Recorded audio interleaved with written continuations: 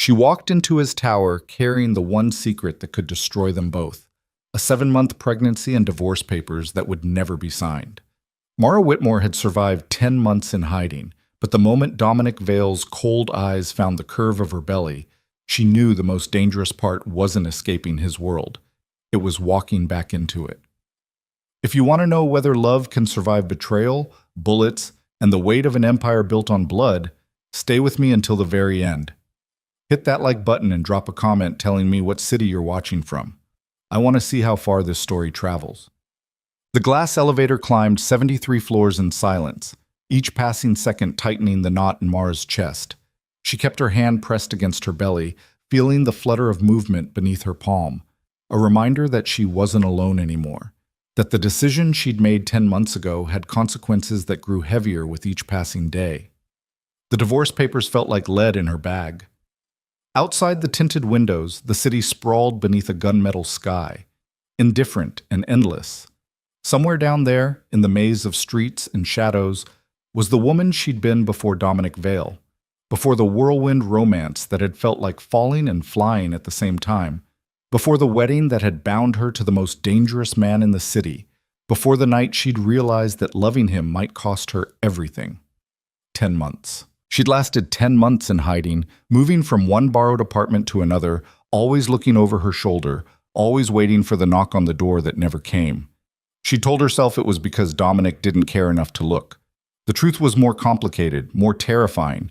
She'd covered her tracks too well, or he'd let her go. The elevator chimed. 73rd floor. The door slid open to reveal a reception area that looked like it had been carved from ice and ambition. Floor-to-ceiling windows framed the city like a conquest. The furniture was angular, expensive, designed to intimidate. Behind a desk of black marble sat a woman whose expression suggested she'd been hired for her ability to make visitors feel inadequate. "I'm here to see Dominic Vale," Mara said, her voice steadier than she felt. The receptionist's eyes flickered over her, taking in the simple coat that couldn't quite hide her condition, the absence of jewelry, the shadows under her eyes that spoke of sleepless nights and decisions that couldn't be unmade. "Do you have an appointment?" "Tell him Mara is here." Something shifted in the woman's expression. Recognition, maybe. Curiosity. She reached for the phone, spoke in murmured tones, then looked up with barely concealed surprise. "He'll see you now. Through those doors, last office on the right." Mara walked through double doors of frosted glass into a hallway that smelled like leather and power. Her heels clicked against polished floors, each step carrying her closer to the moment she'd rehearsed 1,000 times in her head. She would hand him the papers. She would tell him it was over. She would walk away before he could ask questions she couldn't answer. Simple, clean, final. The door to his office stood open.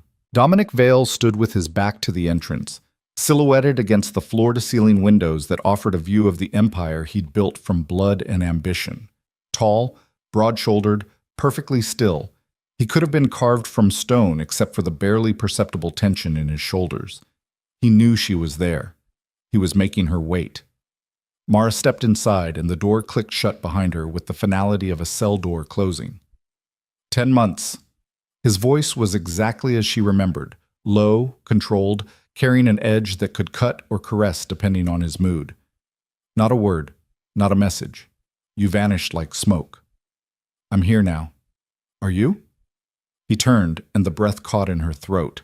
Time hadn't softened him. If anything, the past 10 months had honed Dominic into something more dangerous than the man she'd married. His dark hair was shorter, sharper. His suit was immaculate, tailored to emphasize the power in his frame. But it was his eyes that stopped her, gray as winter storms, and just as merciless. Those eyes dropped to her belly, and the world went absolutely still. She watched his expression fracture, confusion, disbelief, and something that looked like pain flashing across his features before his control slammed back into place. But his hands betrayed him, curling into fists at his sides, the only visible sign of the earthquake happening beneath his composure. "When?" The single word sounded like it had been dragged over broken glass. 7 months. The math was simple, brutal. The child had been conceived before she disappeared, during the last fragile weeks of their marriage, when everything had been falling apart, and they'd reached for each other anyway, desperate and destructive. And you didn't think I had a right to know? His voice was deadly quiet now, the tone he used when violence was seconds away. I came to give you these. She pulled the divorce papers from her bag, held them out like a shield. Sign them. Let me go. That's all I'm asking. Dominic crossed the distance between them in 3 strides, moving with the fluid grace of a predator. He didn't take the papers. Instead, his hand came up to her face, fingers curling under her chin, forcing her to meet his eyes. You're carrying my child, and you want me to sign you away? Something dangerous flickered in his expression. What happened to you, Mara? What scared you so badly that you ran? She wanted to pull away, but his touch held a familiar warmth that her body remembered even if her mind screamed warnings. This close, she could smell his cologne, cedar and smoke, expensive and intoxicating. This close, she could see the shadows under his own eyes, the new lines around his mouth. He'd suffered too. The realization shouldn't have mattered, but it did. Does it matter? She whispered. We were destroying each other. I did us both a favor. A favor? He laughed, and the sound was broken glass. You disappeared carrying my child, and you call it a favor? Sign the papers, Dominic. No. The word hung between them like a grenade with the pin pulled. You can't keep me here, she said, but her voice wavered. Can't I? He released her chin, but only to circle her slowly, taking in every detail, the weight she'd lost everywhere except her belly, the exhaustion in her eyes, the defensive way she held herself. You walked back into my world, Mara. That was your choice. Now you'll live with the consequences. I walked in to end this, to give you a chance to do the right thing. The right thing, he repeated, stopping in front of her again. The right thing was you telling me you were pregnant before you vanished. The right thing was you trusting me instead of running. Don't talk to me about right things when you've been lying by omission for 10 months. He was right, and that made it worse. Mara felt tears burn behind her eyes, but she refused to let them fall. She'd cried enough in the past 10 months, alone in the dark, terrified and pregnant, jumping at every sound. I couldn't stay, she said. You don't understand. Then make me understand. He leaned closer, his voice dropping to an intimate register that made her pulse spike. Tell me what happened. Tell me why my wife disappeared without a trace. Tell me why you'd rather raise my child alone than stay with me. Because staying would have gotten me killed. The words exploded out of her before she could stop them, raw and true and terrible. Dominic went absolutely still, his expression transforming into something lethal. Explain that, he said, each word precise and deadly. Right now. Mara's hands shook as she wrapped them around her belly, protecting the life growing inside her. 3 weeks before I left, I overheard a conversation. 2 men in the parking garage of your building. They were talking about getting rid of a liability. They mentioned my name, Dominic. They said I knew too much, that I was a weakness you couldn't afford. His jaw clenched so hard she could see the muscle jump. Who were they? I don't know. I couldn't see their faces, and I was too terrified to stay and find out. I just knew that someone in your organization wanted me dead, and I knew you wouldn't believe me. You think I wouldn't protect you? I think you would have demanded proof I couldn't give you. I think you would have questioned everyone, and whoever wanted me gone would have known I'd talked. I think it would have made everything worse. Her voice broke. I was scared, Dominic. Scared of your world, scared of the violence, scared that loving you meant dying young. He reached for her, but she stepped back, needing the distance. So I left, she continued. I emptied our joint account. Just my half, nothing more. And I disappeared. I thought you'd be angry, but I thought you'd let me go. I thought maybe it would be easier for everyone. Easier. The word dripped with contempt. You thought abandoning your husband and hiding his child would be easier? I thought it would keep us alive. The silence that followed was crushing. Dominic turned away from her, one hand coming up to his face, fingers pressing against his temples as if fighting off a headache or an explosion. You should have trusted me, he said finally. Whatever you heard, whoever threatened you, you should have come to me. I couldn't. Why not? Because I loved you too much. The admission tore out of her. Because I knew you'd burn the world down to keep me safe, and I was afraid of what that would cost you. afraid of what it would make you become. He turned back to her, and the expression on his face was devastating. Anger and grief and longing twisted together into something that looked like agony. "You don't get to make that choice for me," he said quietly. "You don't get to decide what I'm willing to sacrifice." "Dominic, the divorce isn't happening." His voice turned to granite. "Not now. Not while you're carrying my child. Not until I find out who threatened you and make them regret they were ever born. You can't just refuse. Watch me." He crossed to his desk, picked up his phone, and dialed with sharp, angry movements. "Marcus, I need you in my office. Now." 60 seconds later, a man entered who looked like he'd been designed to intimidate. 6'4" of solid muscle poured into an expensive suit with a face that suggested he'd seen violence and returned it with interest. His eyes swept over Mara with professional assessment before settling on Dominic. "Boss? My wife is moving back into the house. I want security tripled. No one gets within 100 yards without thorough vetting. I want backgrounds run on every person who's had access to this building in the past year. And I want the security footage from the parking garage pulled for the 3 weeks before Mara left." "On it." Marcus turned to go, then paused. "Welcome back, Mrs. Vale." The door closed behind him, leaving Mara alone with Dominic again. "I'm not moving back in with you," she said. "This is insane. You don't have a choice. I have every choice. You can't force me." "Read the prenuptial agreement." He pulled a leather folder from his desk drawer, opened it to a specific page, and held it out to her. Specifically, Section 12, subsection C. Mara's hand shook as she took the document. The legalese was dense, but the meaning was clear. In the event of divorce proceedings where children were involved, the couple was required to attempt reconciliation for a minimum period of 30 days under the same roof before any divorce could be finalized. "You knew about this clause when you signed it," Dominic said. "Your lawyer explained it to you. You agreed to it." "That was before—" She stopped, overwhelmed. "Before what? Before you realized that marriage is complicated? Before you understood that my world comes with dangers?" He moved closer, his presence overwhelming. "You married me knowing what I was, Mara. You don't get to run when it becomes real. This isn't about running. This is about survival. Then survive with me." His voice softened slightly, taking on an edge of something that might have been plea. 30 days. That's all the contract requires. Stay at the house, let me protect you, and if at the end of that time you still want the divorce, I'll sign the papers." "You're lying." "I'm not." He held her gaze, and she saw the truth there, grim, determined, but honest. 30 days, Mara. Give me 30 days to find out who threatened you, to prove that you can trust me, to understand why you really left. "And if I refuse?" "Then I'll tie this up in court for years. I have lawyers who could delay these proceedings until our child graduates college." His expression hardened. "Don't test me on this. You came back into my world. You don't walk away again until I say so." Mara felt the walls closing in. Every instinct screamed at her to run, to get out while she still could, to protect the fragile life growing inside her from the violence that followed Dominic like a shadow.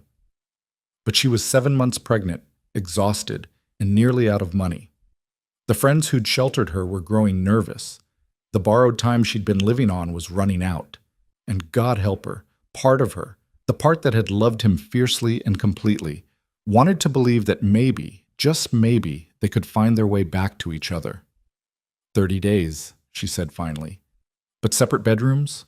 And the moment I feel unsafe, the moment anything threatens this baby, I'm gone and you won't stop me. Agreed. He extended his hand. Do we have a deal? She looked at his outstretched hand, strong, scarred from fights she'd never asked about, capable of terrible violence and unexpected tenderness. She thought about the man she'd married, the one who'd held her like she was precious, who'd laughed at her terrible jokes, who'd made her feel safe even in the middle of danger. She thought about the stranger he'd become in those last weeks, cold and distant, consumed by his empire. She thought about the baby moving inside her, the innocent life caught between them. Mara put her hand in his. 30 days, she repeated, not a day more. His fingers closed around hers, warm and possessive, and she felt the jolt of contact like electricity. Whatever was broken between them, the chemistry remained, dangerous, undeniable, impossible to ignore. Pack your things, Dominic said. Marcus will send a car to your apartment in 2 hours. How did you know where I was staying? A ghost of a smile crossed his face. Mara, I've known where you were for the past 8 months. Did you really think I'd let you disappear completely? The revelation hit her like cold water. You've been watching me? I've been protecting you. There's a difference. He released her hand, stepped back, creating professional distance even though the air between them still crackled with tension. Go, get some rest. We'll talk more at the house. Mara turned toward the door, then paused. Dominic? The men in the parking garage. The ones who threatened me. What are you going to do when you find them? His expression went absolutely cold, and she saw the man he became in his darkest moments. The crime lord, the killer, the empire builder who'd climbed to power over the bodies of his enemies. That's not something you need to concern yourself with, he said quietly. Just know that they'll regret they ever spoke your name. It should have frightened her. Instead, some primitive part of her responded to the promise of violence, the certainty that he would destroy anyone who tried to harm her or their child. She left before she could examine that feeling too closely. The elevator ride down felt longer than the one up, each floor a descent back into reality. Mara pressed her hand against her belly, feeling the baby's movements, stronger now, more insistent. I'm sorry, she whispered. I'm sorry your father is dangerous and your mother is a coward. I'm sorry this is the world you're being born into. The baby kicked, hard enough that Mara gasped, almost like a response, almost like reassurance. The car Marcus sent was a black Mercedes with bulletproof windows and a driver who introduced himself as Thomas. He helped her into the back seat with surprising gentleness, handled her worn suitcase like it was precious cargo. Mr. Vale wants you to know the house has been prepared for your arrival, Thomas said as they pulled into traffic. Fresh groceries, your favorite foods? He remembered what you liked. The casual intimacy of that detail hit her harder than it should have. Dominic had remembered. Despite everything, despite the months apart, he'd remembered. The drive to the house took 40 minutes, carrying her out of the city proper and into the exclusive enclave where Dominic's mansion stood behind gates and walls designed to keep the world at bay. As they turned up the long driveway, Mara felt her throat tighten. She'd fled this place in the middle of the night, taking only what she could carry, leaving behind clothes and jewelry and pieces of her life. She'd driven away without looking back, tears streaming down her face, certain she'd never see it again. Now she was returning like a ghost to her own life. The house was exactly as she remembered, modern, massive, beautiful, and cold, all glass and steel and sharp angles, designed to impress rather than welcome. She'd never felt at home here, despite Dominic's efforts to fill it with things he thought she'd love. Thomas carried her suitcase to the front door, which opened before they reached it. A woman in her 50s stood in the entrance, her expression warm with genuine pleasure. Mrs. Vale! Oh, it's so good to see you. Elena, the housekeeper, pulled Mara into a careful embrace. We've missed you terribly. The house hasn't been the same. It's good to see you too, Elena. Mara returned the hug, feeling tears threaten again. Elena had been kind to her during the marriage, a maternal presence in a house that often felt too big and empty. Come, come. I've prepared your old room. Mr. Vale said you'd want your own space. Everything's fresh and ready. Elena ushered her inside, chattering about preparations, clearly trying to make this less awkward.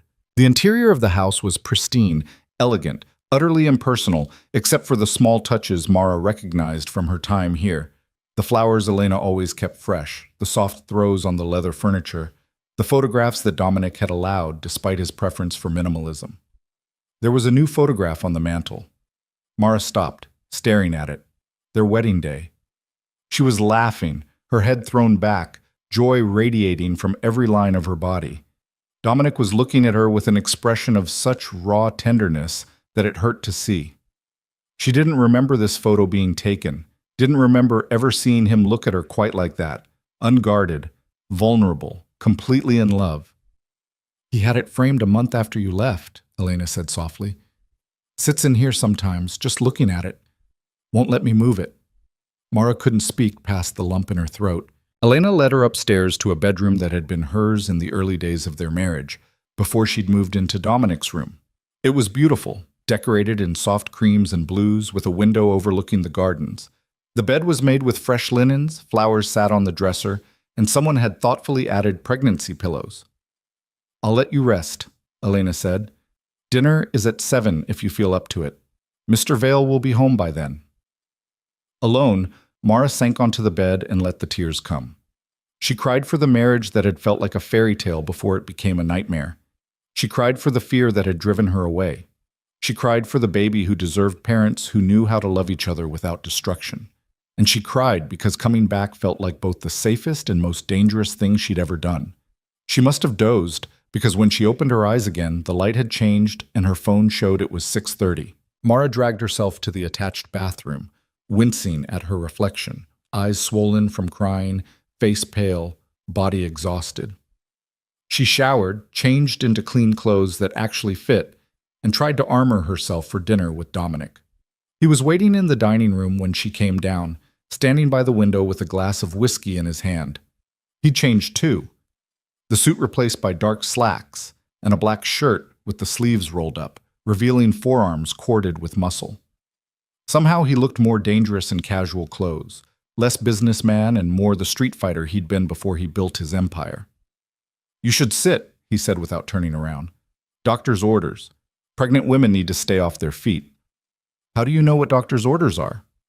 "I've been reading." He turned to face her, and his expression was carefully neutral. "Everything I can find about pregnancy, childbirth, what you're going through. I have 7 months of catching up to do." The admission caught her off guard. Mara lowered herself into a chair, grateful for it. Her ankles had been aching.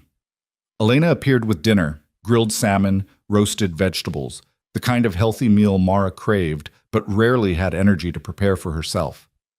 There was sparkling water with lemon, just the way she liked it. They ate in tense silence for several minutes before Dominic spoke. "I need you to tell me everything. Every detail of what you heard in that parking garage. Exact words if you can remember them." Mara set down her fork, her appetite disappearing. "It was late. Maybe 10 o'clock. I'd stayed to work on the charity gala we were planning. Remember that?" "I remember." "I was walking to my car when I heard voices. 2 men, standing near the stairwell. They didn't know I was there." She closed her eyes, pulling up the memories she'd tried so hard to bury. The first voice said, "The boss wants it handled soon. She's becoming a liability." The second one asked, "You sure about this? Vale won't take it well." The first one laughed and said, "Vale doesn't need to know. By the time he figures it out, Mara Whitmore will be another random tragedy. A robbery gone wrong. These things happen." Dominic's knuckles went white around his glass. "What else?" The second voice said, "What about the investigation?" And the first one said, "What investigation? We own half the cops in this city. It'll be handled." Mara opened her eyes, found Dominic staring at her with lethal focus. "That's when I ran. I didn't hear anything else." "You're certain one of them said, 'the boss'? Not my name?" "He said 'the boss.' I assumed he meant you." "He didn't." Dominic's voice was granite. "I never gave any order involving you, which means someone in my organization is operating independently, someone with authority and resources." "How can you be sure?" "Because if I wanted someone dead, Mara, I wouldn't discuss it in a parking garage where anyone could overhear, and I sure as hell wouldn't order a hit on my own wife." He stood abruptly, pacing to the window. "This is an internal threat. Someone undermining my authority, making moves without my knowledge. That's why I ran. I didn't know who to trust." "You should have trusted me." He turned back to her, pain flickering across his features. "Despite everything, despite my world and my business, you should have known I would never hurt you." "I did know that. But I also knew you couldn't watch me every second, and I knew that whoever wanted me dead was smart enough to wait for the right moment." She stood too, moving closer to him. "I was terrified, Dominic. Terrified and pregnant and so tired of being afraid in my own life." "You'll never have to be afraid again." The promise in his voice was absolute. "I will find who did this, and I will make sure they never threaten you or our child again. More violence, more blood, Is that really the answer? In my world? Yes. He closed the distance between them, cupping her face in his hands. I know you hate this part of me. I know you wish I was someone different. But this is who I am, Mara. This is what I do. And right now, it's what's going to keep you alive. She wanted to argue, to tell him there had to be another way. But looking into his eyes, she saw the truth. In Dominic's world, mercy was weakness and hesitation got you killed. The rules that govern normal lives didn't apply here, and God help her, she'd known that when she married him. 30 days, she whispered. Find your answers in 30 days and then let me go. If that's still what you want at the end of it, yes. His thumbs brushed her cheekbones, the touch achingly gentle. But I'm not giving up on us, Mara. Not when I finally understand why you left. Not when I know it wasn't about not loving me. Love isn't always enough. Then what is? The question hung between them, raw and desperate. Tell me what it takes, and I'll give it to you. Safety, peace, a life where I'm not looking over my shoulder. Her voice broke. A life where our child doesn't grow up afraid. Then that's what I'll build for you. He leaned down, rested his forehead against hers. Stay with me, Mara. Trust me one more time. Let me prove I can be the man you need. She wanted to believe him, wanted it so badly it physically hurt. But trust was a fragile thing, shattered too easily and rebuilt too slowly. I'm here for 30 days, she said. That's all I can promise. It's enough. For now. He released her, stepped back, creating space even though everything in his body language suggested he wanted to pull her closer. You should rest. The guest room has everything you need. And you? I have calls to make, people to question. His expression turned cold again, dangerous. Someone in my organization is going to answer for this, and they're going to wish they'd never been born. Mara watched him walk away, shoulders set with deadly purpose, and felt the old familiar fear creep back in. This was the man she'd married, brilliant and brutal, capable of tenderness and terrible violence, walking the razor's edge between protector and destroyer. She'd run from him once because she couldn't reconcile those contradictions. Now she had 30 days to decide if she could learn to live with them, or if loving Dominic Vale would always mean dancing with danger, one step away from falling into the abyss. The first night back in Dominic's house, Mara didn't sleep. She lay in the guest room bed, staring at the ceiling, listening to the unfamiliar sounds of a home she'd once tried to make her own. Footsteps in the hallway, the distant murmur of Dominic's voice as he made call after call, the hum of security systems that turned the mansion into a fortress. Around 3 a.m, she heard his footsteps pause outside her door. She held her breath, waiting, but he didn't knock. After a long moment, he moved on, and she heard his bedroom door close down the hall. Even separated by walls and doors and 10 months of silence, she could feel him, the magnetic pull that had drawn her to him from the beginning, dangerous and irresistible. Morning came too soon. Mara woke to sunlight streaming through unfamiliar windows and the smell of coffee drifting up from downstairs. She hauled herself out of bed, her body protesting every movement. 7 months pregnant felt different than 6 months, different than 5. Each week added weight and discomfort and the constant awareness of the life growing inside her. She found Dominic in the kitchen, standing at the counter with his laptop open and his phone pressed to his ear. He was already dressed for the day in another immaculate suit, looking like he'd slept perfectly when she knew he probably hadn't slept at all. He glanced up when she entered, his eyes tracking over her with an intensity that made her skin warm. He said something sharp into the phone and ended the call. "There's breakfast," he said, gesturing to a spread on the table that looked like Elena had been cooking for an army. "Eat. You're too thin." "Good morning to you too," Mara said dryly, lowering herself into a chair. "I mean it, Mara. You've lost weight everywhere except—" He stopped himself, jaw tightening. "Except where the baby is," she finished. "I know. It's been hard to eat. Stress doesn't agree with me." Something flickered in his expression. Guilt, maybe, or regret. He poured her a glass of orange juice, set it in front of her with surprising gentleness. "That changes now. You're safe here. You eat, you rest, you take care of yourself and our child." He paused. "Have you seen a doctor recently?" 2 weeks ago. Everything was fine. I want you to see my doctor, the best obstetrician in the city. I've already made an appointment for tomorrow.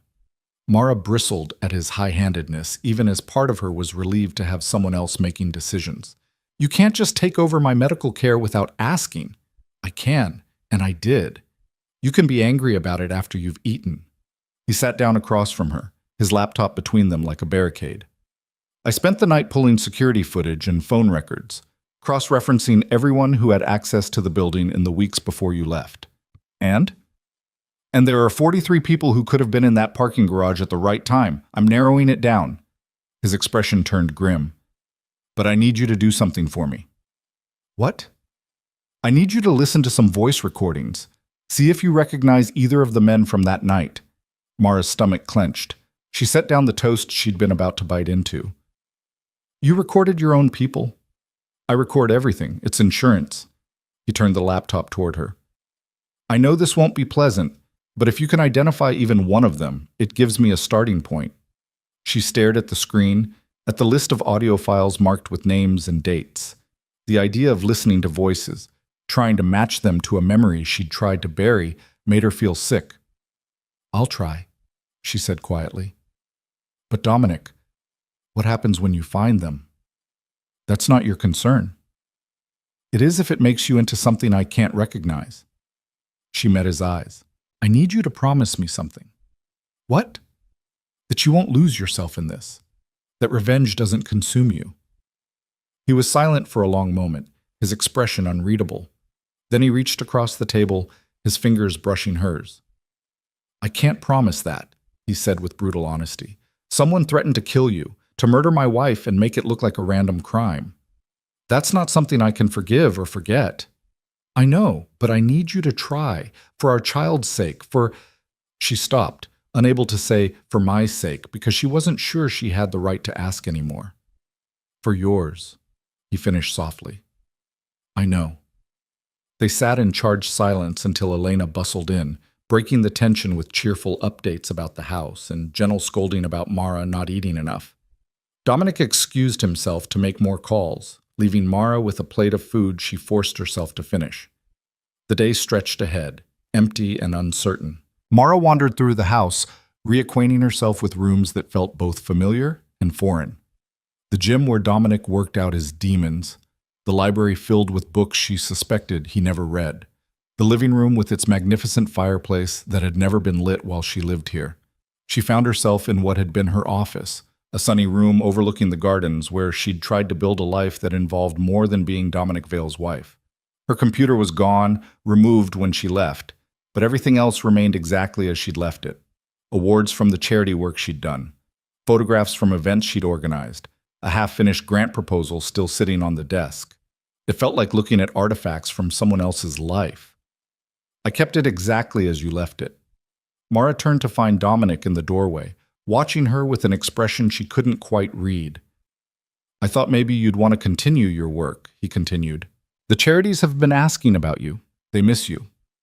They miss my connection to you, Mara corrected. No one cares about Mara Whitmore. They care about Mrs. Dominic Vale and the doors she can open. That's not true, isn't it? She turned back to the window. I was never sure if people wanted me around because they liked me or because they were afraid of offending you. She heard him move closer, felt the warmth of his presence at her back. Sarah Chen called every week for the first 3 months after you disappeared, he said quietly. She wanted to know if you were okay, if there was anything she could do. When I told her I didn't know where you were, she cried. Mara closed her eyes. Sarah had been one of the few real friends she'd made in Dominic's world, another charity board member who'd seen past the glamour to the person underneath. I couldn't risk contacting anyone, she said. I couldn't risk someone telling you where I was. Because you thought I was the threat. No, because I thought anyone close to you might be compromised. She turned to face him. Your world is full of people who smile to your face and plot behind your back. I learned that quickly enough. Is that why you stopped trusting me? The question was raw, unguarded. Because you saw the treachery in my business and assumed I was part of it? I stopped trusting everyone, including myself. Mara wrapped her arms around her belly, the gesture protective and weary. I couldn't tell the difference anymore between genuine friendship and political maneuvering. I didn't know who was safe and who was dangerous, so I ran from all of it. Dominic reached out, his fingers grazing her cheek with heartbreaking gentleness. I'm sorry I made you feel that way. Sorry I brought you into a world where you couldn't feel safe. You didn't force me. I chose this. I chose you.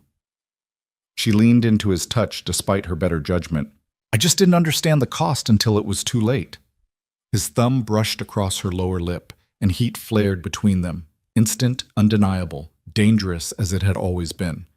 Mara saw desire darken his eyes, saw the way his gaze dropped to her mouth, and she knew he was remembering the same thing she was. Late nights when they'd set the sheets on fire. Stolen moments in his office when he'd cleared his desk with one sweep of his arm and lifted her onto it.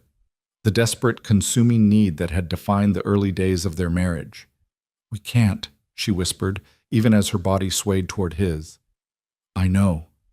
But he didn't move away. Doesn't stop me from wanting you. Wanting isn't enough. It's a start. His hand slid into her hair, cradling the back of her head. Let me kiss you, Mara, just once. Let me remember what we had before everything went wrong. She should have said no, should have stepped back, maintained the boundaries that were supposed to protect them both. But God, she missed this, missed him, missed the feeling of being wanted with an intensity that bordered on madness. Mara tilted her face up, giving permission without words. Dominic's mouth came down on hers, and the world caught fire.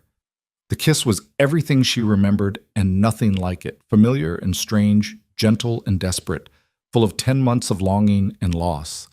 He kissed her like she was precious, like she might disappear if he let go, like he was trying to communicate everything he couldn't put into words. Mara kissed him back with equal desperation, her hands fisting in his shirt, pulling him closer even as her mind screamed warnings. This was dangerous. This was stupid. This was letting down her guard when she needed it most. This was coming home. Dominic pulled back first, breathing hard, his forehead resting against hers. I've missed you, he said, the words rough and honest. Every day, every hour. I've missed you so much it feels like dying. Tears burned behind Mara's eyes. This doesn't change anything. It changes everything. He cupped her face in both hands, his gray eyes fierce. You still love me. I can feel it. You still want this. Want us. Love was never our problem. Then what was? Trust, safety, the ability to believe in a future that didn't end in violence. She pulled away from him, needing the distance to think clearly. One kiss doesn't fix that. No, but 30 days might. He straightened, the businessman sliding back into place over the vulnerable man who'd just kissed her like she was oxygen. Give me the 30 days you agreed to. Let me prove that we can have both, the love and the safety. Before Mara could answer, his phone rang. He glanced at the screen and his expression turned to stone. I have to take this. He stepped into the hallway, but she could hear his voice turn cold. What did you find? The conversation was brief and tense. When he came back, his eyes held a dangerous light. We have a lead. One of the voices on the security footage matches a man who's been flagged for suspicious financial activity, large payments to an offshore account in the weeks before you left. Mara's heart hammered. Who is he? Daniel Cross. He's head of security for my warehouse operations, which means he had access to everything, including information about you, your schedule, when you'd be vulnerable. Dominic's voice was deadly calm. I'm bringing him in for questioning. What does that mean? It means I'm going to find out what he knows and who he's working for. The unspoken violence in those words made Mara's skin go cold. Don't do something you'll regret. The only thing I regret is not protecting you better the first time. He moved to the door, then paused. Stay here. Stay. Marcus will be outside. Don't go anywhere without him. Dominic, I mean it, Mara. Until I know who's behind this, you don't take chances. His expression softened slightly. Please, I can't lose you again. Then he was gone, leaving Mara alone with her racing thoughts and the taste of him still on her lips. The rest of the day crawled by with agonizing slowness. Mara tried to distract herself with television, books, anything to stop imagining what Dominic was doing to Daniel Cross. She knew her husband's reputation, knew that men who crossed him tended to disappear or turn up broken. She told herself she should feel horror. Instead, she felt a dark satisfaction that whoever had threatened her would face consequences. What did that say about her? Elena brought lunch and dinner, both of which Mara picked at without appetite. The baby moved restlessly inside her, responding to her stress with kicks and tumbles that were simultaneously reassuring and uncomfortable. "Your daddy is doing something terrible right now," she whispered to her belly, "and your mother is sitting here letting it happen. We're going to have to do better than this." Night fell. Still no word from Dominic. Mara found herself pacing the living room, exhaustion warring with anxiety. She should go to bed, should rest. Instead, she stood at the window, watching the gates, waiting for headlights that would signal his return. It was past midnight when she finally heard a car pull up. Mara rushed to the foyer, her heart in her throat, and stopped dead when she saw Dominic walk through the door. His shirt was spattered with blood. His knuckles were raw and split. His expression was utterly empty, the look of a man who'd done violence and felt nothing. "Oh God," Mara breathed. "What did you do?" He looked at her, and something flickered in his eyes, shame, maybe, or the recognition that she was seeing him at his absolute worst. "What I had to do," he said flatly. Cross talked. He gave me a name. "Whose name?" "Victor Vale. My uncle." The words came out bitter. "The man who helped raise me, who taught me the business, who I trusted with my life."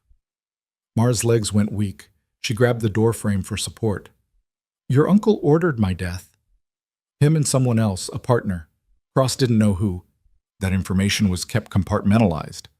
Dominic's fists clenched, fresh blood seeping from his torn knuckles. "But Victor was the inside man. The one who had access to your schedule, who knew when you'd be vulnerable.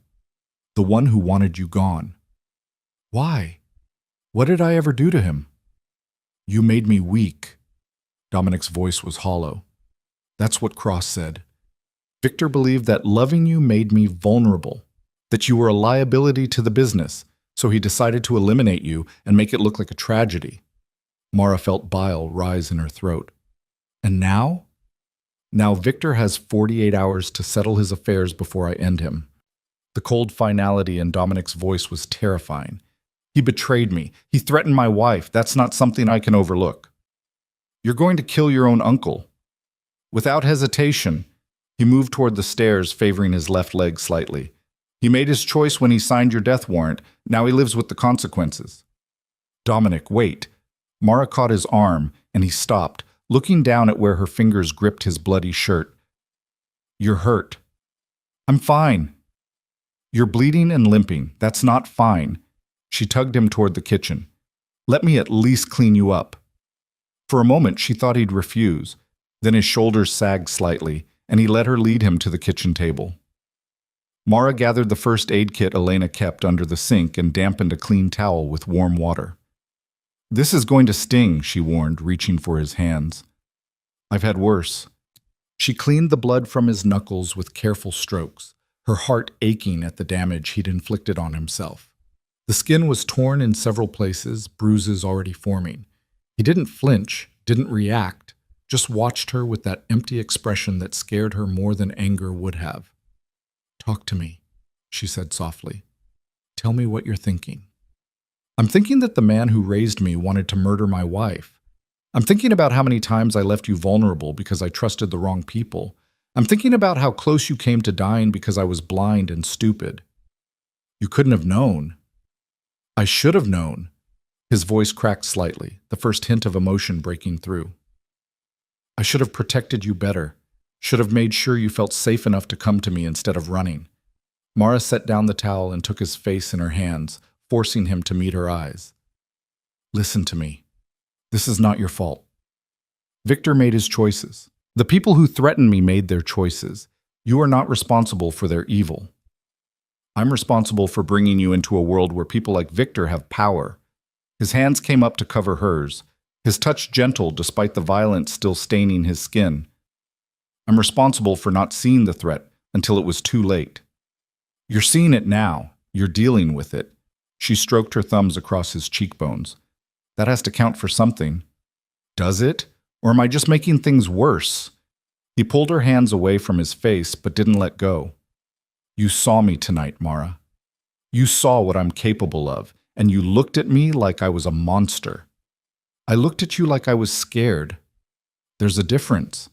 Is there? His laugh was bitter. You should be scared. Daniel Cross is in a hospital right now because I beat the truth out of him. Victor is going to die because I can't let betrayal stand. This is who I am. This is what I do when people threaten what's mine. Mara pulled one hand free and placed it on her belly, feeling the baby move beneath her palm. Then maybe you need to decide who you want to be. For this child. For yourself. Maybe even for me. I don't know how to be anyone else. Then learn. Her voice was fierce now, challenging. You're one of the most powerful men in this city, Dominic. If you can build an empire, you can figure out how to dismantle the parts of it that are destroying you. It's not that simple. Nothing worth doing is. She reached for the antiseptic, applied it to his knuckles despite his wince. But you have a choice. You can let this consume you, the violence, the revenge, the endless cycle of blood for blood. Or you can find another way. What other way? Victor tried to have you killed. He betrayed everything, family, loyalty, trust. How do I let that go? I'm not saying let it go. I'm saying don't let it turn you into something worse than him. Mara wrapped his hands in clean gauze, her movements gentle and precise. Deal with the threat. Protect your family, but don't lose yourself in the process. Dominic was quiet for a long time, watching her work with an expression that cycled through pain, longing, and something that might have been hope. You still care, he said finally. Even after everything, even after seeing me like this, you still care what happens to me. Of course I do. I never stopped caring. I just didn't know how to live in your world without losing myself. She finished bandaging his hands and sat back. And I'm still not sure I can, but I'm here. I'm trying. Why? The question was raw, vulnerable. Why try when it would be easier to walk away? Mara looked down at her belly, at the visible proof of their connection.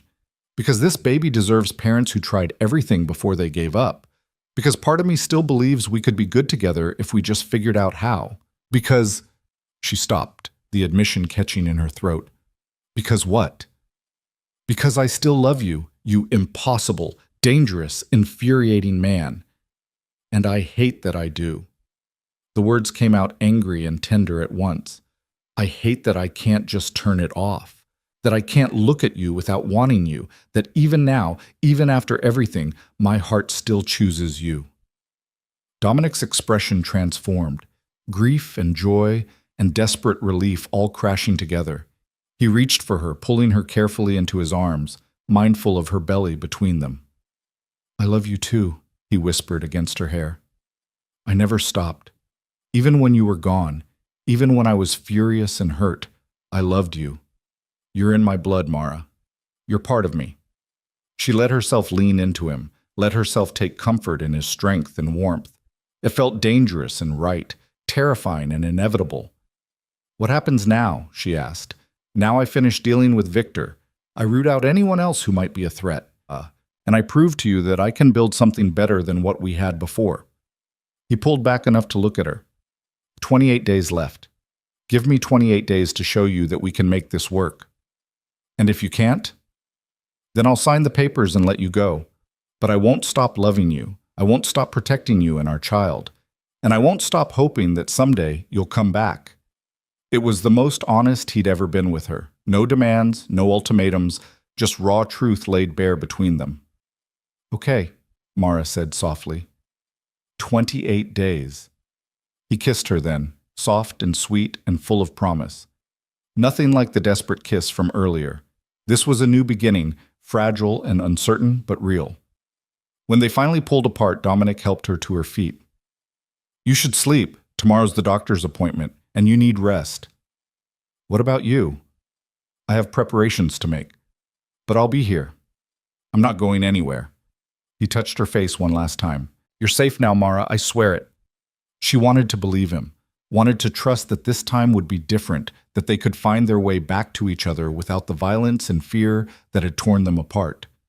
As she climbed the stairs to her room, one hand on the railing and the other on her belly, Mara felt the weight of the choice she'd made. 28 days to decide the rest of her life. 28 days to see if love could survive in the darkness of Dominic's world. 28 days to discover if she was strong enough to stand beside a man who walked the knife's edge between protection and destruction. The baby kicked hard, as if offering an opinion on the matter. Mara smiled despite everything, whispering to the life growing inside her. "Hang on, little one. This is going to be a wild ride." She slept fitfully that night, dreams tangled with memories. Dominic's bloodied hands, Victor's name spoken like a curse, the phantom echo of threats whispered in parking garages. When morning light finally broke through her curtains, Mara woke feeling more exhausted than when she'd gone to bed. The doctor's appointment was at 10. She showered and dressed with mechanical precision, choosing a loose sundress that accommodated her growing belly. When she came downstairs, she found Dominic waiting by the front door, looking impeccable in a charcoal suit despite having been awake most of the night. "You look tired," he said, studying her face with concern. "Pot. Meet kettle." She grabbed her purse from the hall table. "Did you sleep at all?" "Enough," which meant no. "The car's ready?" They drove in tense silence, Marcus at the wheel with another security guard in the passenger seat. Mara watched the city slide past the tinted windows, familiar streets that felt foreign after months away. She'd built a small life in hiding, quiet, careful, lonely. Being back in Dominic's world felt like stepping into a river with a current too strong to fight. The doctor's office occupied the top floor of a medical building in the most expensive part of the city. Of course it did. Nothing but the best for Dominic Vale's wife and child. Dr. Sarah Mitchell was a woman in her early 50s with kind eyes and a no-nonsense demeanor that Mara immediately appreciated. She shook both their hands, her gaze assessing Mara with professional concern. "Mrs. Vale, it's good to finally meet you. Your husband has been quite insistent about getting you the best prenatal care." She shot Dominic a look that suggested he'd been more than insistent. "Let's get you examined and see how this baby is doing." The examination was thorough and surprisingly gentle. "Doctor." Mitchell asked questions about Mara's health during the months she'd been away, her eyebrows rising slightly at the mention of stress and irregular meals. "Your blood pressure is higher than I'd like," she said, making notes, "and you've lost weight in places you shouldn't have. We need to get you on a better nutrition plan and monitor the stress levels closely." "She'll have whatever she needs," Dominic said from his position by the door. He'd stayed for the examination, despite Mara's assumption he'd wait outside, his presence both comforting and overwhelming. "What she needs is calm and stability," Dr. Mitchell said pointedly.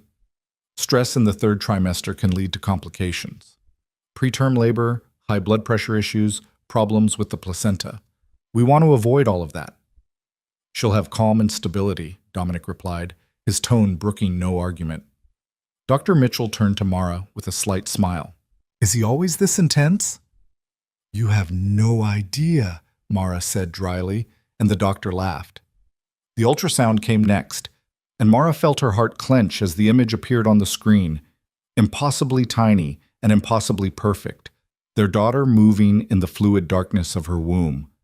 She heard Dominic's sharp intake of breath, saw him move closer to the monitor with an expression of wonder that cracked something open in her chest. "She's beautiful," he whispered, his voice rough with emotion. "She's healthy," Dr. Mitchell confirmed. "Good size, strong heartbeat, all the measurements looking excellent despite the stress you've been under. You've done well taking care of her, Mara." Tears burned in Mara's eyes as she watched the baby on the screen, watched her daughter stretch and turn, oblivious to the chaos surrounding her existence. This tiny person who would be born into a world of violence and power, who deserved so much better than parents who couldn't figure out how to love each other without destruction. Dominic's hand found hers, squeezing gently. When she looked up at him, she saw tears in his eyes too. This dangerous man undone by the sight of his unborn child. "We're going to do better for her," he said quietly. "Both of us. Whatever it takes." Mara wanted to believe him, wanted to believe they could transform into the parents this baby deserved. The appointment wrapped up with instructions about diet, exercise, and follow-up visits. Dr. Mitchell handed Mara a folder of information and a prescription for prenatal vitamins. I want to see you weekly from now on, she said. Given the stress factors and your history, I'd rather be cautious. Any cramping, bleeding, severe headaches, or vision changes, you call me immediately. Understood? Understood, Mara agreed. In the car heading back to the house, Dominic was uncharacteristically quiet. Mara watched him from the corner of her eye, saw the way his fingers drummed against his thigh, a rare tell that he was processing something intense. What are you thinking? She asked finally. That I've wasted 10 months. That I should have been there for every appointment, every milestone. That our daughter has been growing inside you all this time and I knew nothing about it. His jaw tightened. I'm thinking about how much Victor stole from us. From me. Don't let him steal anymore, Mara said softly. Don't let anger take this moment from you. He looked at her then, his gray eyes burning with intensity. I'm not angry. I'm grateful. Grateful that you're both healthy. Grateful that you came back. Grateful for another chance to get this right. The vulnerability in his voice made her throat tight. We'll see. 27 days left, he said. I'm counting every one of them. When they arrived back at the house, Marcus was on the phone before the car even stopped. His expression turned grim as he listened. Then he met Dominic's eyes in the rear-view mirror. Boss, we have a situation. Victor's made a move. Dominic's entire demeanor changed, softness hardening into steel, tenderness replaced by lethal focus. What kind of move? He's calling in favors, reaching out to allies. Word on the street is he's planning to strike first. Marcus's voice was carefully neutral. He knows you're coming for him. Of course he does. Victor's not stupid. Dominic helped Mara out of the car, his hand protective on her lower back. Get her inside. Full lockdown protocols, no one in or out without my direct approval. Dominic? Mara started. Not now. His voice was clipped, already moving into the mode she recognized. The crime lord, the tactician, the man who commanded an empire through fear and force. Marcus, get Thomas and Chen. War room in 10 minutes. 10 Chen. Mara watched him stride into the house, phone already pressed to his ear, and felt the familiar knot of anxiety tighten in her chest. This was the part she'd never been able to reconcile. The switch from tender lover to ruthless commander, the ease with which he moved between worlds. Elena appeared at her elbow, gently guiding her toward the living room. Come, Mrs. Vale, let's get you something to eat while the men handle their business. Their business might get us all killed, Mara said, more sharply than she intended. Elena's expression was sympathetic but unsurprised. Mr. Vale has handled worse. He'll keep you safe. That's what I'm afraid of. What he'll do to keep me safe. She let Elena settle her on the couch with tea and sandwiches, but her appetite had vanished. Through the walls, she could hear raised voices from Dominic's office. The war room he'd mentioned. Plans being made, strategies being deployed, violence being organized with the precision of a military operation. The afternoon crawled by with agonizing slowness. Mara tried to read, to watch television, to do anything to distract herself from the activity happening elsewhere in the house. Men came and went through the front entrance, hard-faced, dangerous men who moved with the confidence of those accustomed to violence. She recognized some of them from her previous life here. Others were strangers. All of them looked at her with a mix of respect and wariness, as if she were both treasure and liability. Around 4 o'clock, the house went silent. The stream of visitors stopped. Mara heard Dominic's office door open, heard his footsteps approaching. She looked up as he entered the living room, and her breath caught at the expression on his face. We need to leave, he said without preamble. Now. What? Why? Because Victor's move wasn't reaching out to allies. It was a diversion. His voice was tight with barely controlled rage. He sent a team to hit the house. They're 15 minutes out. Ice flooded Mara's veins. How do you know? Because I have people watching his people, and one of them got word to Marcus 5 minutes ago. He was already pulling her to her feet, one hand supporting her as she struggled upright. There's a safe house across the city. We're going there until I can neutralize the threat. You mean until you can kill Victor? Yes. No hesitation, no apology. I told you I'd protect you. That's what I'm doing. Marcus appeared with a go bag already packed. "Car's ready, boss. Back exit. Thomas is sweeping the route." They moved through the house at a pace that made Mara's heart hammer and her breath come short. Dominic's hand never left her back, guiding and supporting her with gentle insistence. Elena waited at the back door with tears in her eyes. "Be safe, Mrs. Vale," she whispered, pressing something into Mara's hand. A rosary. "I'll pray for you both." "Don't come back here," Dominic told her. "Not until I give the all clear. Take the week off. Paid." They emerged into the garage where a nondescript sedan waited with engine running. Marcus took the driver's seat, another guard riding shotgun. Dominic bundled Mara into the back and climbed in beside her, his body a shield between her and the window. The car rocketed out of the garage and down the driveway with controlled speed. Mara clutched the door handle as they hit the street, tires squealing slightly on the turn. "How many men is he sending?" she asked, her voice steadier than she felt. "Enough to be a problem if we'd stayed." Dominic had his phone out, typing rapidly. "Not enough to matter in an open fight, but inside the house with you there as a target, I couldn't take chances. So we run. We retreat strategically. There's a difference." He finished his message and looked at her, his expression softening slightly. "I'm sorry. I thought we'd have more time before this escalated. You thought Victor would come after you directly, not me. I underestimated how desperate he is, how much he wants to hurt me." Dominic's hand found hers, lacing their fingers together. "But he's made a critical mistake. He's shown his hand before he was ready to play it.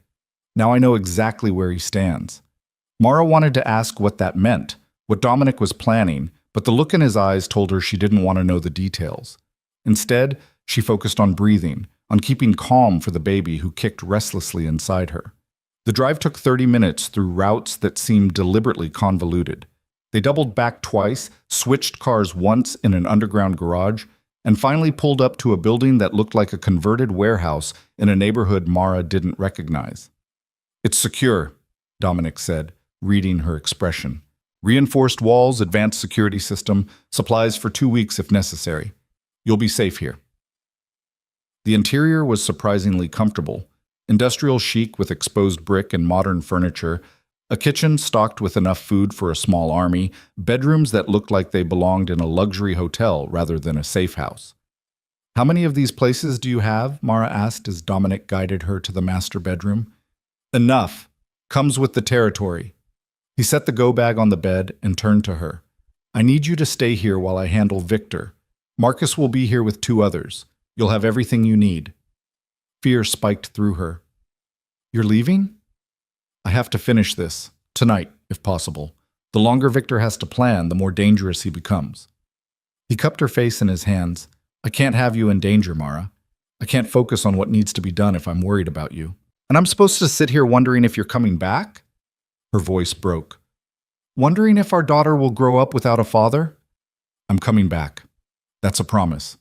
He kissed her forehead, her cheeks, her lips, soft, desperate kisses that felt like goodbye.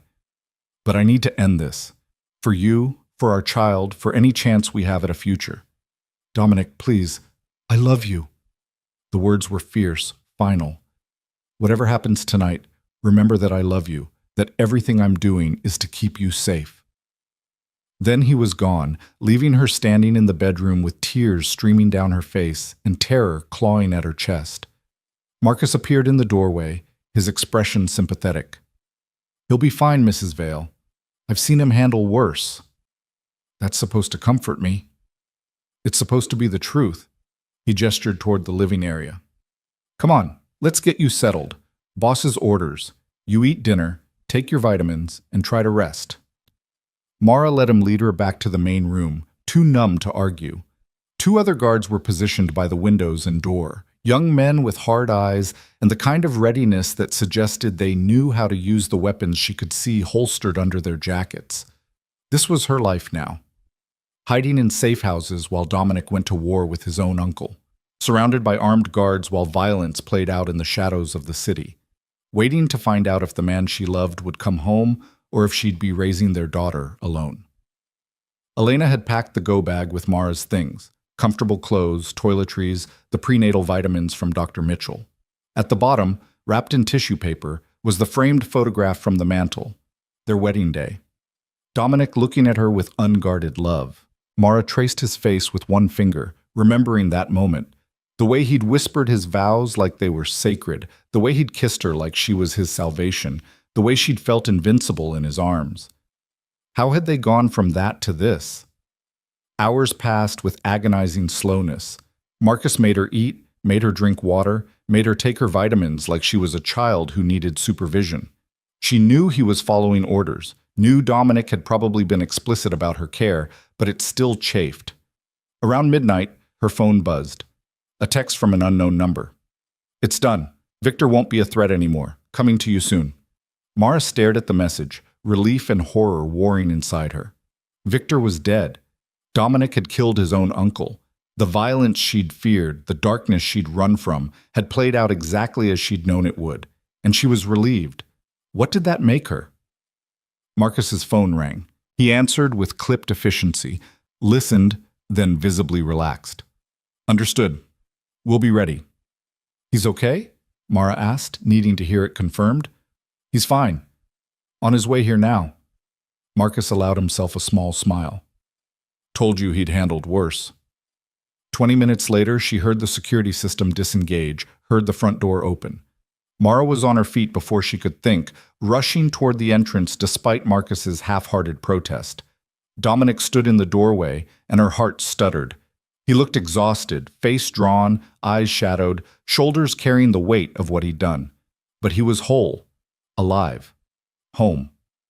Their eyes met across the room and something passed between them.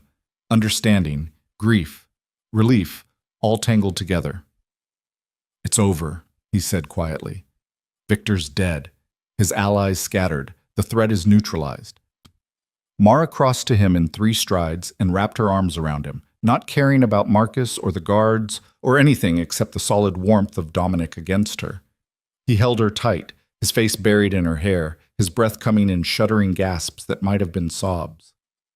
"I thought I'd lose you," she whispered. "I thought you'd get yourself killed and I'd be alone again. I promised I'd come back. I keep my promises." He pulled back enough to look at her, his hands framing her face. "It's done, Mara. You're safe. Our daughter is safe. We can start over." "Start over," she repeated, "like it's that simple." "Nothing about us has ever been simple." A ghost of a smile crossed his face. "But we're still here. Still fighting. That has to count for something." She wanted to be angry, wanted to rage at him for the violence, for the blood on his hands, for choosing that path when surely there had been another way. But looking into his eyes, seeing the exhaustion and pain and desperate hope there, she couldn't find the words. Instead, she kissed him, soft and slow and achingly tender, pouring everything she couldn't say into the press of her lips against his. When they finally pulled apart, Dominic rested his forehead against hers. 26 days left, he murmured. "Give me 26 more days to prove we can make this work." "You just killed your uncle," Mara said, not an accusation but a statement of fact. "How do we come back from that?" "The same way we come back from everything else. Together." His hand slid down to rest on her belly, feeling their daughter move beneath his palms. She deserves parents who don't give up, who fight for each other as hard as they fight against their demons. "I'm tired of fighting." "Then let me fight for us. Let me be the one who doesn't give up." He kissed her again, gentle and reverent. "Go to bed, love. You're exhausted. We'll talk more in the morning." Mara let him guide her to the bedroom, let him help her out of her shoes and into bed like she was fragile and precious. He pulled the covers up around her, smoothed her hair back from her face. "Stay," she whispered. "Don't make me sleep alone tonight." Something softened in his expression. "Are you sure?" "I don't want to be alone. Not tonight. Not after—" She couldn't finish the sentence. Dominic shed his jacket and shoes and climbed into bed beside her, fully clothed, pulling her carefully into his arms. Mara curled against him, her belly pressed against his side, her head on his chest, where she could hear his heartbeat, steady, strong, alive. "Tell me about her," Dominic said quietly. "Tell me about the pregnancy. Everything I missed." So she did.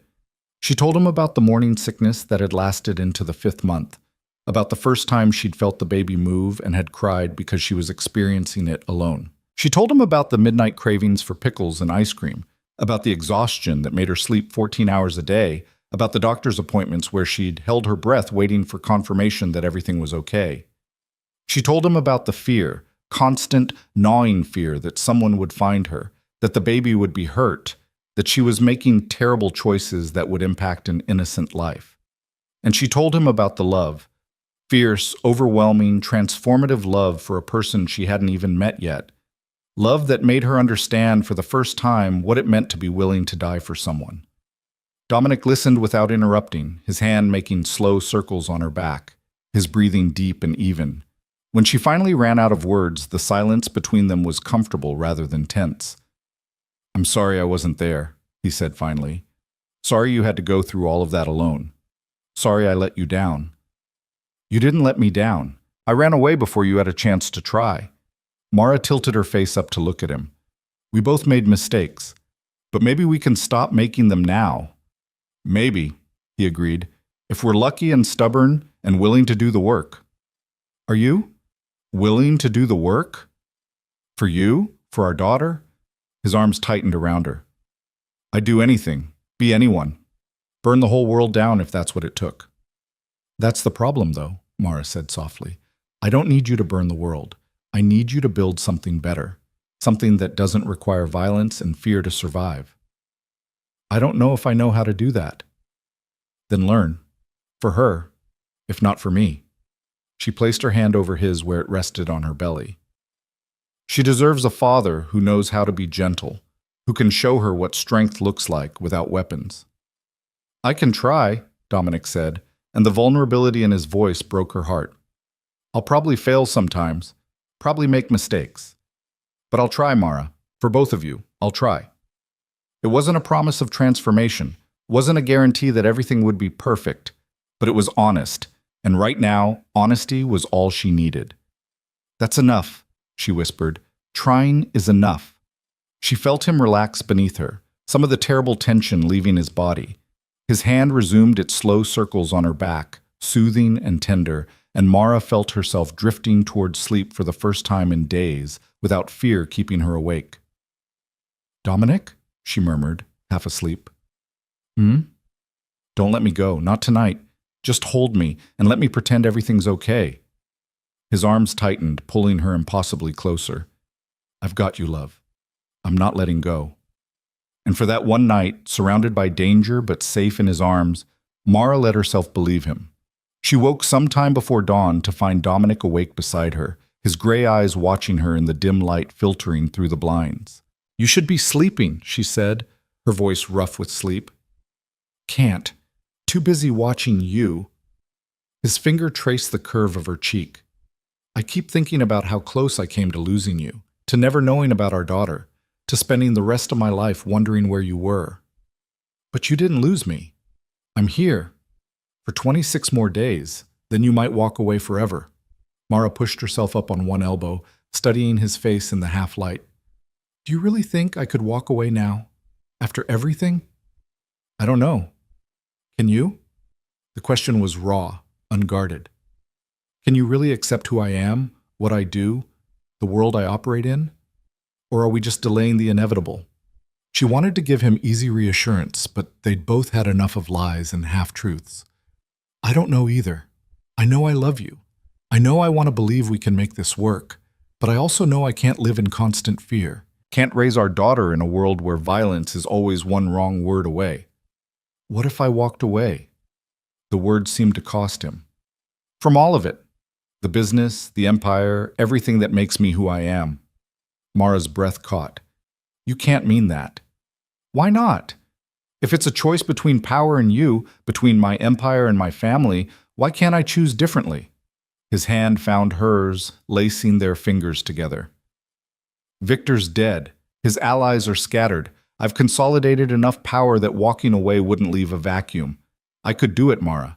I could leave it all behind." "And become who?" "What would you do, Dominic? You've been building this empire since you were 20 years old. It's not just what you do, it's who you are." "Then maybe it's time to find out who I could be without it." He pulled her hand to his lips, kissed her knuckles. I've been thinking about it all night, about what kind of father I want to be, what kind of husband. And I keep coming back to the same answer. Not this. Not the man who rules through fear and violence. Not the man who makes his wife run in terror.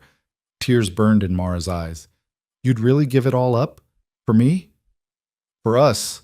For our daughter? For a chance at a life that doesn't end in blood and betrayal? His voice was fierce, certain. I have enough money to never work again. We could go anywhere, be anyone. Start fresh where no one knows Dominic Vale or what he's done. That's a beautiful dream, Mara whispered. But is it realistic? Can you really walk away from that kind of power? And even if you could, what about all the people who depend on you? Your legitimate businesses, the people you employ? The legitimate businesses can be sold or transitioned to professional management. The people will find new jobs. And the illegitimate parts, he paused, jaw tightening. Those can burn. I built them. I can tear them down. Mara studied his face, trying to see past the words to the truth underneath. You're serious about this? Completely. He sat up, pulling her with him so they faced each other in the dim light. I've spent the past 10 months realizing what matters. It's not power. It's not empire. It's you. It's the family we could build together if I just have the courage to choose it. And if I asked you not to? If I said I couldn't let you sacrifice everything for me? Then I'd tell you it's not a sacrifice. It's the smartest thing I've ever done. His hands framed her face, thumbs brushing away tears she hadn't realized were falling. Don't you see, Mara? You already saved me once just by loving me. Let me save us both by walking away from the darkness. She wanted to believe him, wanted to imagine a life where they could be normal, safe, free from the violence that had nearly destroyed them. But doubt crept in, insidious and cold. What if you resent me later? What if you wake up in 5 years and hate me for making you give up your empire? You're not making me do anything. This is my choice. His voice was absolute, certain, and I could never resent you for giving me a reason to become someone better. Mara kissed him then, soft and desperate, pouring all her hope and fear and fragile trust into the connection between them. He kissed her back with equal intensity, his hands gentle on her swollen belly, always mindful of their daughter between them. When they finally pulled apart, breathless and shaking, Dominic rested his forehead against hers. 26 days, he repeated. Let me spend them proving I mean this. Let me show you I can dismantle my empire as efficiently as I built it. And at the end, if you still want to leave, I'll sign those papers and let you go. But I'll follow you, Mara. Wherever you go, whatever life you build, I'll be there. Not as Dominic Vale, the crime lord, but as the man who loves you more than power. It was the most terrifying and beautiful thing anyone had ever offered her. Okay, she whispered. Show me. The next morning, Dominic was already on the phone when Mara woke. She could hear his voice from the kitchen, clipped, decisive, nothing like the vulnerable man who'd held her through the night. For a moment, doubt crept in. Had his promises been just words, beautiful lies told in the darkness? Then she heard what he was saying. I want all of it liquidated. The warehouses, the distribution networks, everything that touches the illegal operations. Give the workers severance packages, generous ones. I don't care what it costs. A pause. Yes, I'm certain. No, this isn't temporary. I'm out. Mara stood in the doorway, one hand on her belly, watching him pace the length of the kitchen. He'd showered and changed into fresh clothes that Marcus must have brought, but exhaustion still lined his face. When he saw her, something softened in his expression. I'll call you back, he said into the phone, and ended the conversation. Good morning. You're really doing it, she said, still not quite believing. Dismantling everything. I told you I would. He crossed to her, pulled out a chair at the kitchen table. Sit. You need to eat. I made breakfast. Well, I attempted breakfast. Elena would probably be horrified. She sat, looking at the spread he'd assembled. Scrambled eggs slightly overdone, toast burned at the edges, fresh fruit that looked store-bought rather than prepared. It was possibly the most endearing thing she'd ever seen from a man who usually had staff handling every detail of his life. You cooked, she said, fighting a smile. I burned toast and scrambled eggs. Let's not overstate my accomplishments. He poured her orange juice, set vitamins next to her plate. But I'm learning. Figured our daughter should have a father who knows how to make her breakfast. The casual way he said, our daughter, the domestic normalcy of the moment, it all felt surreal after the violence of the previous night. Mara picked up her fork, tasted the eggs. They were oversalted and rubbery, but she ate them anyway because Dominic Vale had made her breakfast with his own hands, and that mattered more than culinary perfection.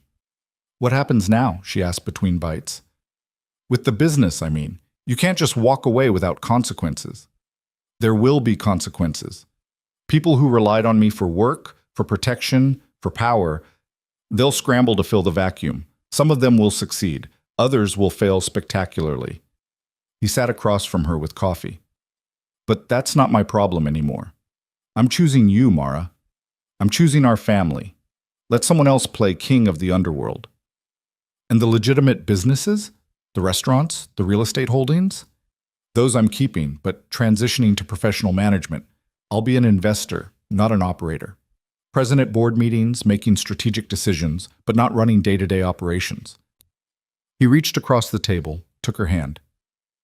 I want time, Mara. Time to be a husband and father.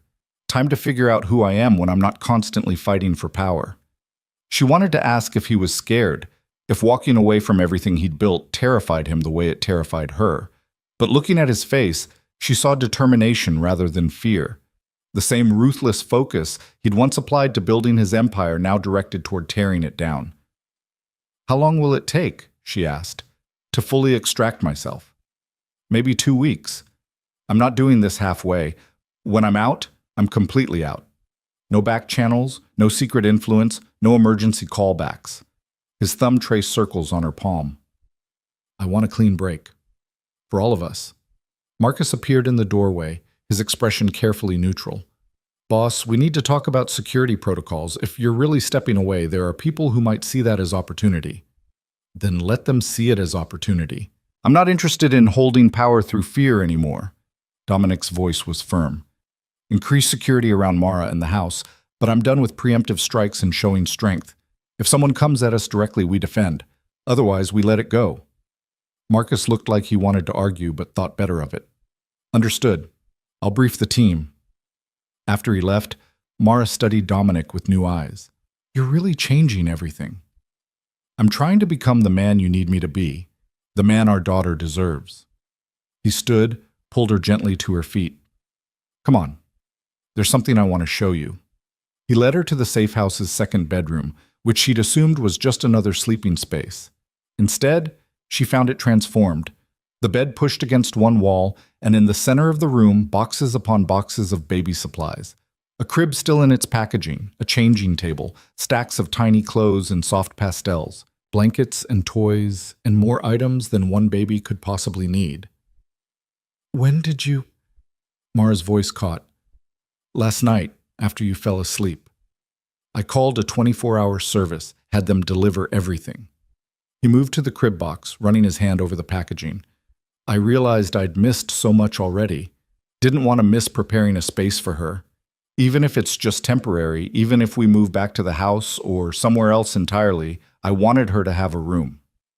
Tears spilled down Mara's cheeks. She'd been so focused on survival, on making it through each day, that she hadn't let herself think about nurseries and baby preparations.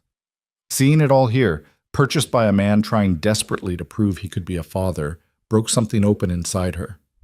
You really mean this, she whispered. All of it. The walking away, the changing, the becoming someone different. I've never meant anything more in my life. He crossed to her, wiped her tears with gentle thumbs. I know I can't undo the past, can't erase who I was or what I've done, but I can choose who I become from here. And I choose this. Choose you. Choose our daughter. Choose a life that doesn't end in violence. Mara pulled him down into a kiss that tasted like salt and hope and new beginnings. When they broke apart, she rested her hand on her belly, feeling their daughter's movement beneath her palm. She's kicking, she said softly. Want to feel? Dominic's hands covered hers, and his expression transformed as he felt the baby move, wonder and joy and something that looked like reverence. She's strong. Like her father, Mara covered his hands with hers, but hopefully with better judgment about who to trust. hopefully with her mother's courage and her father's stubbornness. He pressed a kiss to Mara's forehead. 25 days left. Let me keep proving I can do this. The days that followed were unlike anything Mara had experienced in their relationship. Dominic threw himself into dismantling his empire with the same intensity he'd once used to build it, but now he made sure she was part of the process. He showed her the contracts being dissolved, the assets being sold, the people being compensated. He was transparent in a way he'd never been before, letting her see the machinery of his world as he systematically took it apart. But he also made time, real time, not the stolen moments between meetings that had characterized their marriage. He cooked breakfast every morning, getting marginally better with each attempt.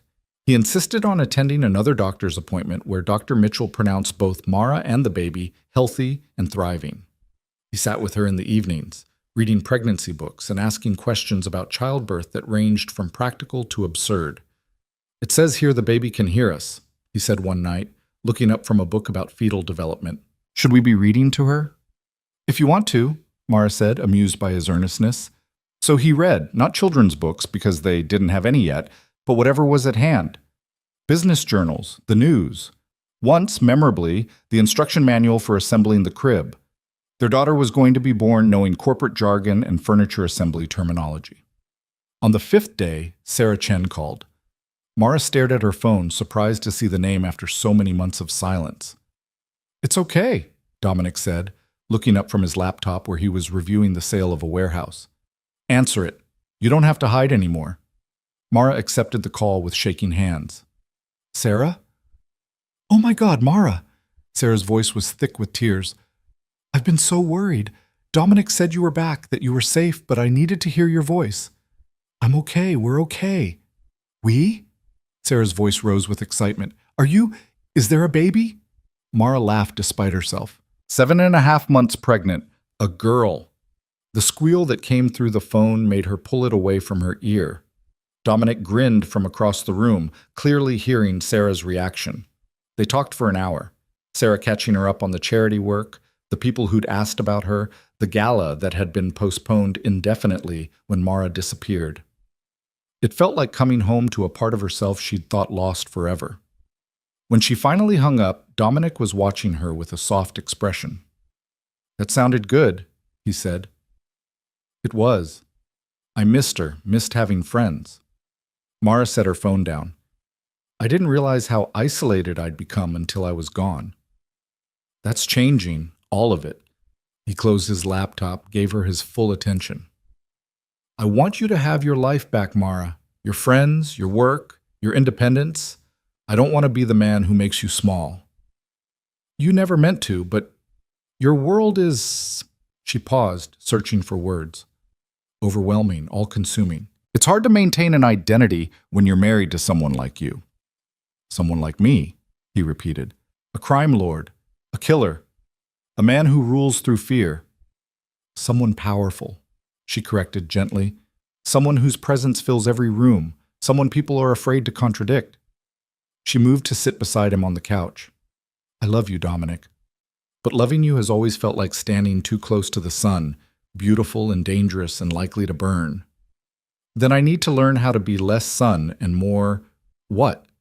What do you need me to be?" "Just a man, my husband, our daughter's father." She took his hand, placed it on her belly where the baby was doing acrobatics. "Not Dominic Vale, the legend, just Dominic." "I don't know if I know how to be just Dominic." "Then we'll figure it out together." She leaned her head on his shoulder. 21 days left. You're doing better than I expected."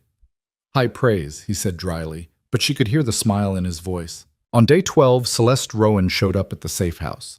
Marcus intercepted her at the door, his hand on his weapon, but she raised her hands in a gesture of peace. "I need to speak with Dominic. It's important." Dominic appeared behind Marcus, his expression going cold when he saw who it was. Celeste had been a business partner, a trusted ally in several ventures. She was also beautiful, ambitious, and had made no secret of her interest in Dominic during his marriage to Mara. "What do you want, Celeste?" His voice could have frozen water. 5 minutes of your time, please." She glanced at Marcus, at the obvious security, and something flickered in her expression. I heard about Victor, about you stepping away from the business. I need to know if it's true.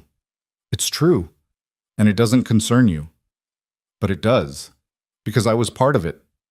The admission came out rushed, desperate. Victor approached me 6 months ago, said he needed help with a delicate situation, said you were making mistakes because of Mara, that she was making you weak, that the business needed leadership that wasn't compromised by emotion. Mara appeared in the hallway, drawn by the conversation. When Celeste saw her, visibly pregnant, standing in Dominic's safe house, her face went pale. "You came back," Celeste said, her voice barely above a whisper. "I didn't think you would. I thought—" "You thought what?" Dominic's voice was lethal now. "That she'd stay gone? That I'd forget about my wife and turn to you? Is that what Victor promised you? He said you'd be better off without her, that she didn't understand your world, didn't belong in it. He said once she was gone, you'd see—" Celeste stopped, seeming to realize how damning her words were. Mara felt ice flood her veins. "You helped him. You were part of the plan to kill me." "No!" Celeste's eyes were wild now, panicked. "I didn't know about that. I swear to God I didn't know he was planning to kill you. He just said he was going to handle the situation, make things easier for Dominic. I thought he meant bribing you to leave or something, not murder." "But you didn't ask questions," Dominic said, his voice soft and dangerous. "You didn't think to question what handling the situation meant. You just went along with Victor's plan because you wanted what I had with Mara." "I'm sorry." Tears streamed down Celeste's face. "I'm so sorry. I came here to tell you everything, to make it right. I heard you killed Victor, and I knew I had to confess before you found out another way." Marcus had his gun out now, not quite pointed at Celeste, but close enough to be a threat. Dominic held up a hand, stopping him. "Tell me everything," he said. "Every conversation with Victor, every plan you knew about, every person who was involved. Leave nothing out." Celeste talked for 20 minutes, her voice breaking repeatedly as she outlined Victor's conspiracy. She'd provided information about Mara's schedule. She'd helped arrange the offshore accounts that paid the men in the parking garage. She'd been present for planning sessions where Victor discussed removing obstacles from Dominic's path. But she swore, and Mara found herself believing her, that she hadn't known the obstacle was going to be removed permanently. She'd thought Victor meant bribery, intimidation, maybe a scandal that would drive Mara away, not assassination. When she finished, the silence was crushing. "I could kill you right now," Dominic said conversationally. "Marcus would help me hide the body. No one would ask questions. You'd just disappear, another casualty of the business." Celeste nodded, tears still streaming. "I know, I deserve it." "You do," Mara said, surprising herself by speaking. "You helped a man plan to destroy my life because you wanted my husband. That's unforgivable." "I know," Celeste whispered. "But I'm not going to let Dominic kill you," Mara continued, moving to stand beside her husband. "Not because you deserve mercy, but because we're done with that life. Done with violence and revenge and blood." Dominic looked at her, surprise flickering across his features. "Mara? She came here to confess knowing you might kill her. That took courage, however misguided." Mara kept her eyes on Celeste. "So here's what's going to happen. You're going to give Marcus a full written statement detailing everything you told us. Then you're going to leave this city and never come back. If I ever see you again, if you ever contact Dominic or try to involve yourself in our lives, then we revisit the conversation about consequences. Understood?" Celeste nodded frantically. "Understood. Thank you. Thank you so much." "Don't thank me. Just go." Mara turned away, unable to look at the woman any longer. Marcus escorted Celeste to another room to take her statement, leaving Mara and Dominic alone. He stared at her with something like awe.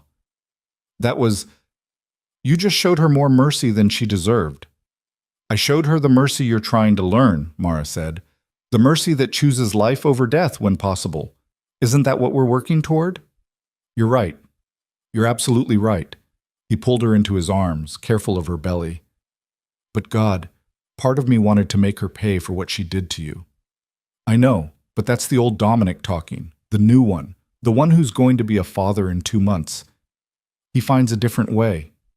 He pressed his face into her hair, breathing deeply. I love you. Have I told you that today? Not in the last few hours. I love you.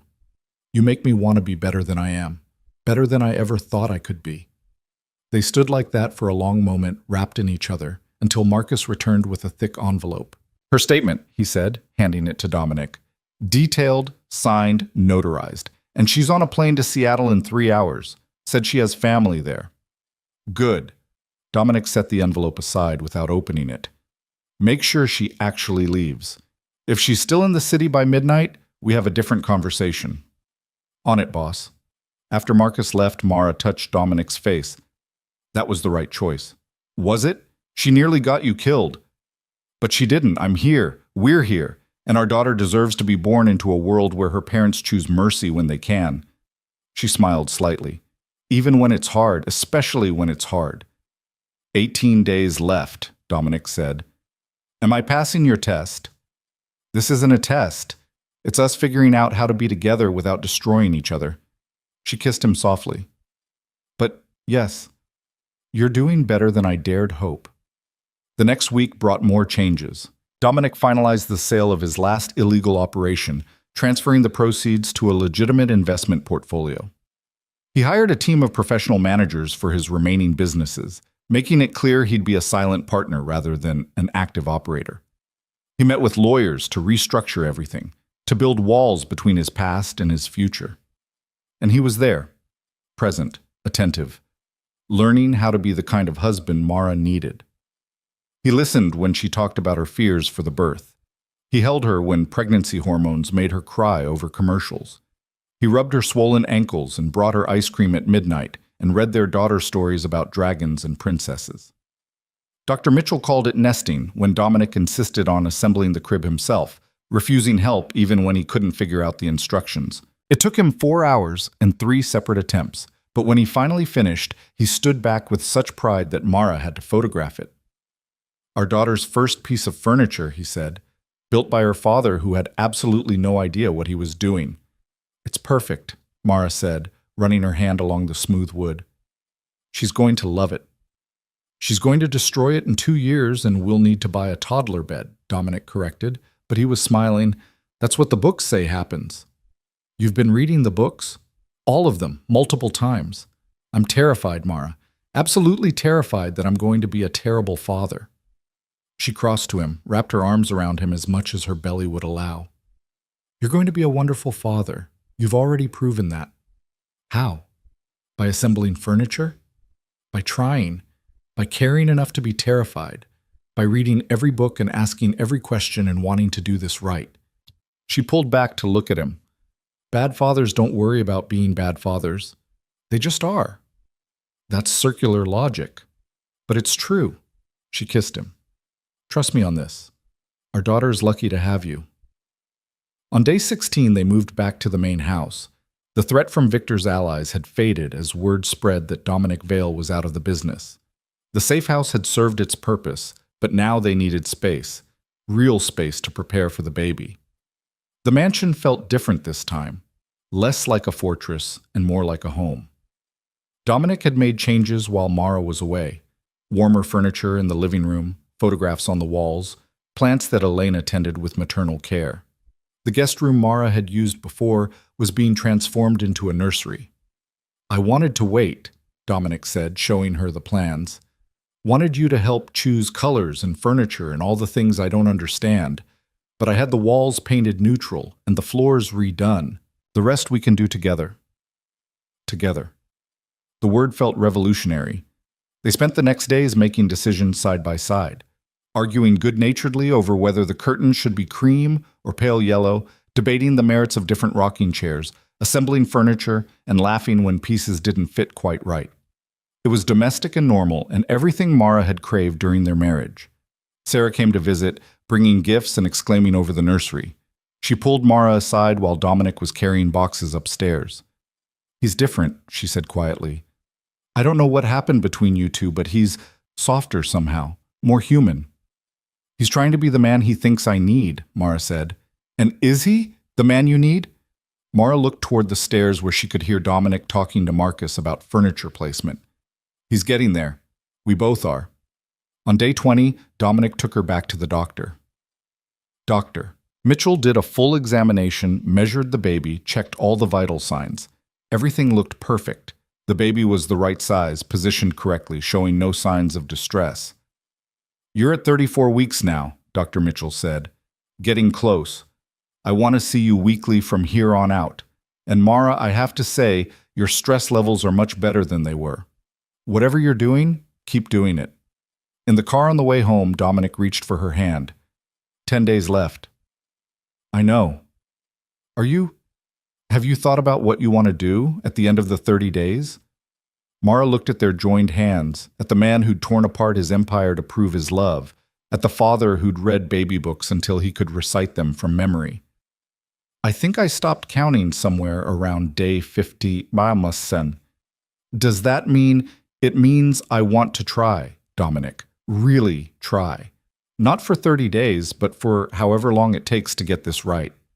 She squeezed his fingers. You've proven you can change. Now, I need to prove I can trust that change. She saw him swallow hard, saw moisture gleam in his eyes. That's all I needed to hear. But 3 days later, on day 23, everything changed. Mara was in the nursery, organizing baby clothes by size, when the first pain hit. It was sharp, sudden, radiating from her lower back around to her belly, with enough force to make her gasp. She grabbed the edge of the changing table, breathing through it, telling herself it was just Braxton Hicks, the false labor pains Dr. Mitchell had warned about. Then her water broke. She stared at the puddle on the floor, her mind refusing to process what was happening. 6 weeks early. Too early. The baby wasn't supposed to come yet.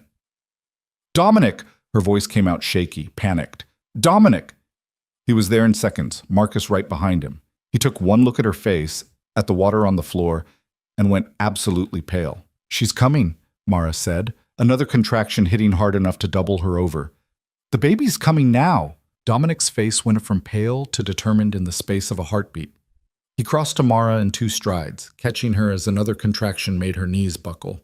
Okay, we're okay, he said, and she could hear him forcing calm into his voice even though his hands shook slightly as he supported her. Marcus, get the car. Call Dr. Mitchell and tell her we're coming in. Tell her Mara's water broke and the contractions are already close together. 6 weeks early, Mara gasped, gripping his arms as the pain rolled through her. Dominic, it's too early. Something's wrong. Nothing's wrong. Babies come early sometimes. Dr. Mitchell said you and the baby are both healthy. He was already guiding her toward the stairs, moving carefully, supporting most of her weight. We're going to get you to the hospital and everything's going to be fine. The ride to the hospital was a blur of pain and fear. Contractions hit every 3 minutes, each one stronger than the last.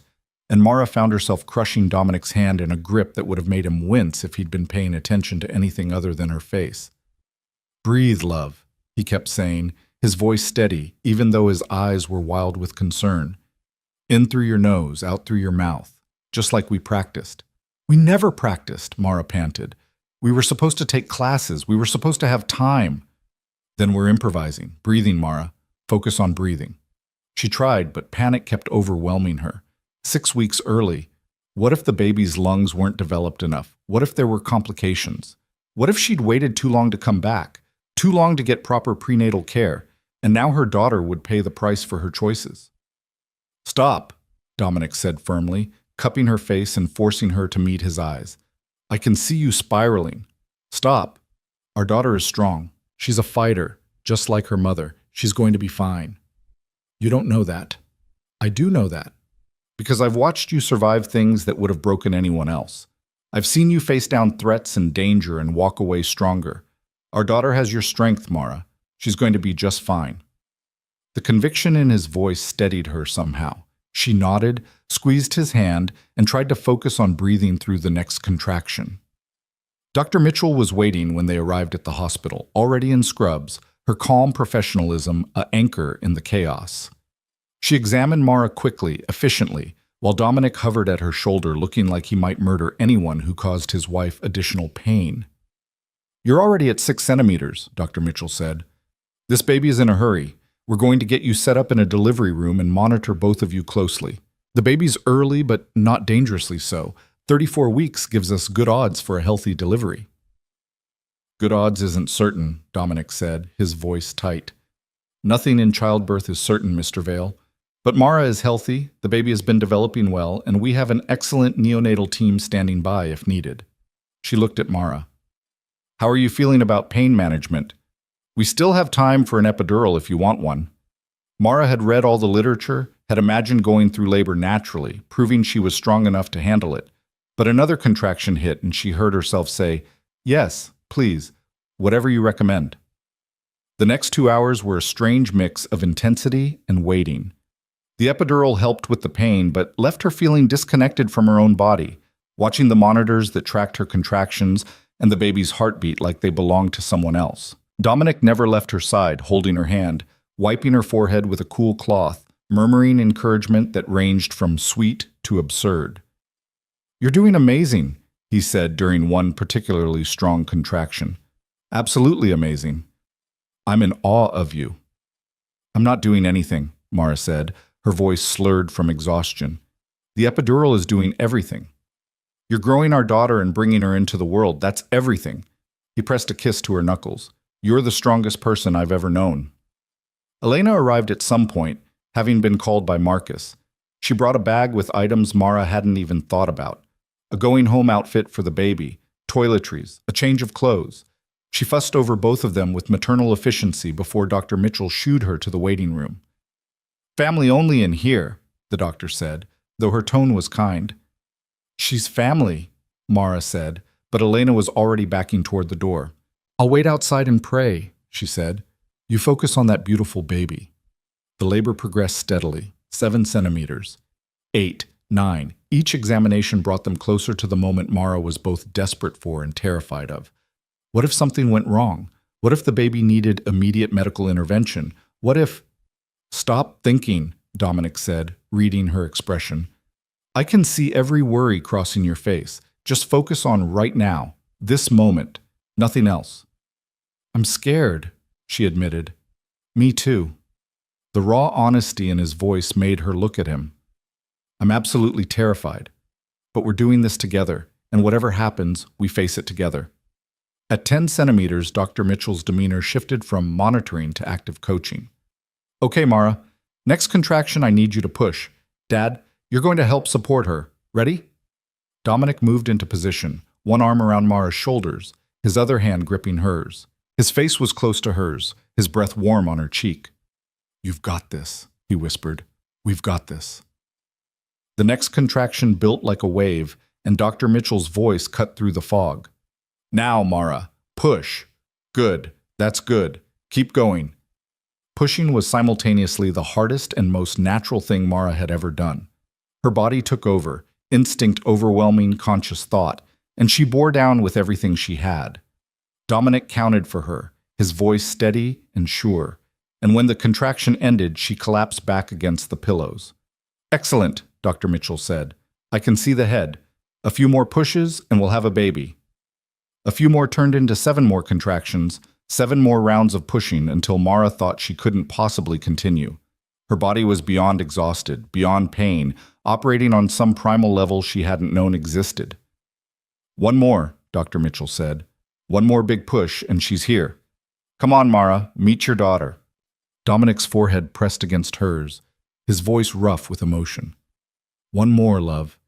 You can do this. Bring our girl into the world. The final contraction hit, and Mara pushed with everything she had left, every ounce of strength, every reserve of determination, every bit of love she felt for this tiny person who'd been growing inside her. She felt the moment the baby slipped free, heard Dr. Mitchell's exclamation of satisfaction, and then silence. Terrible, crushing silence where there should have been crying. Mara's heart stopped. She tried to sit up, tried to see, but Dominic's arm kept her steady, while his own face had gone absolutely white. Why isn't she crying? Mara's voice was barely above a whisper. Dominic, why isn't she crying? Dr. Mitchell was working quickly, efficiently, suctioning the baby's nose and mouth. The neonatal team that had been standing by moved in, their presence both reassuring and terrifying. Come on, sweetheart, Dr. Mitchell murmured. Come on, baby girl. Let me hear you. The seconds stretched into eternity. Mara watched Dominic's face, saw tears streaming down his cheeks, saw his lips moving in what might have been prayer or plea. Her hand found his, gripped so tight she could feel bones grinding. Then, a cough, a sputter, and finally, gloriously, a thin wail that built into a full-throated cry of outrage. "There she is," Dr. Mitchell said, her own voice thick with emotion. "There's our fighter." Relief crashed over Mara so intensely she started sobbing. Dominic was crying too, his face buried in her neck, his shoulders shaking. They clung to each other while their daughter announced her presence to the world with increasingly furious screams. "She's small, but she's breathing on her own," Dr. Mitchell said, bringing the baby over. 5 pounds, 2 ounces, 15 inches long, perfect APGAR scores. She placed the tiny, squalling bundle on Mara's chest. "Meet your daughter." Nothing could have prepared Mara for the moment she first looked at her daughter's face. Tiny, red, furious at being removed from her warm cocoon, and absolutely perfect. She had dark hair plastered to her head, unfocused eyes that might turn gray like Dominic's, and the most beautiful fingers Mara had ever seen. "Oh," was all Mara could manage. "Oh, she's perfect," Dominic finished, his voice breaking. "She's absolutely perfect." He touched the baby's hand with one finger, and impossibly tiny fingers wrapped around his, gripping with surprising strength. Something in Dominic's expression cracked open, all the walls he'd built over years of survival and violence crumbling in the face of this 6-pound miracle. "Hello, little one," he whispered. "I'm your dad. I'm going to do my best by you. I promise." The baby's cries had settled into small, mewling sounds. She turned her head toward Mara's chest, instinct already driving her to seek food and comfort.